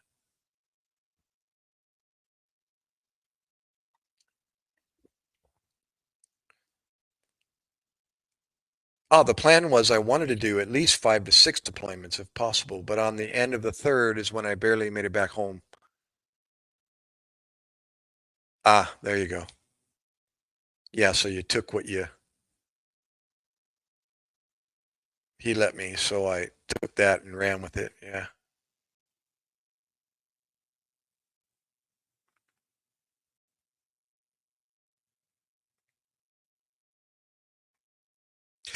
Can I ask, Josh, especially being in the medical field, now I'm curious, did you physically injured, or was it um or what was it? And if you don't want to talk about it, that's fine, but I'm always interested in medicine. I stop people in the Speaking of Walmart, I I stopped a guy at Walmart that was helping me find some stuff, and he had some injury. I'm always stopping him and saying, "Hey, how'd you end up with a prosthetic?" Or "How's that going with the," and they when it's different once I know, once I got into emergency medicine, you know, how supportive, I guess it is the right way to say it. It is to recognize somebody with a disability and to be able to talk to them freely about it and know where they're coming from and, relate to what they're going through because I used to, I very well have responded, on them and, when they were injured or whatever. How many times have I, helped people out of wheelchairs and put them on the gurney and or put them back in bed or taken them out of bed and put them on my gurney, and et cetera, et cetera. That was my job, and I loved it. It was Mr. Toad's Wild Ride. That's why I started this channel, was in hopes that I could just share my stories and get people on to share their stories as well.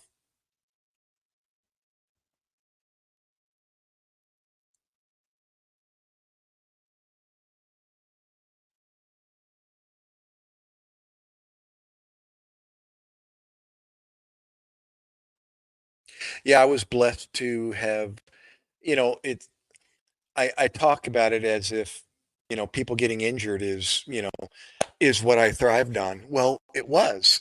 It's, what do medics do if you're not sick or injured? That's the morbid part of my job, but that's what made my job, was my ability to do what I was taught, and it's radical. It's it's so much fun to be able to learn and then to make it work and actually to see it, make a difference, or to see how it affects somebody once you've done it for them. Good night, everybody. See ya as you were. Later, guys.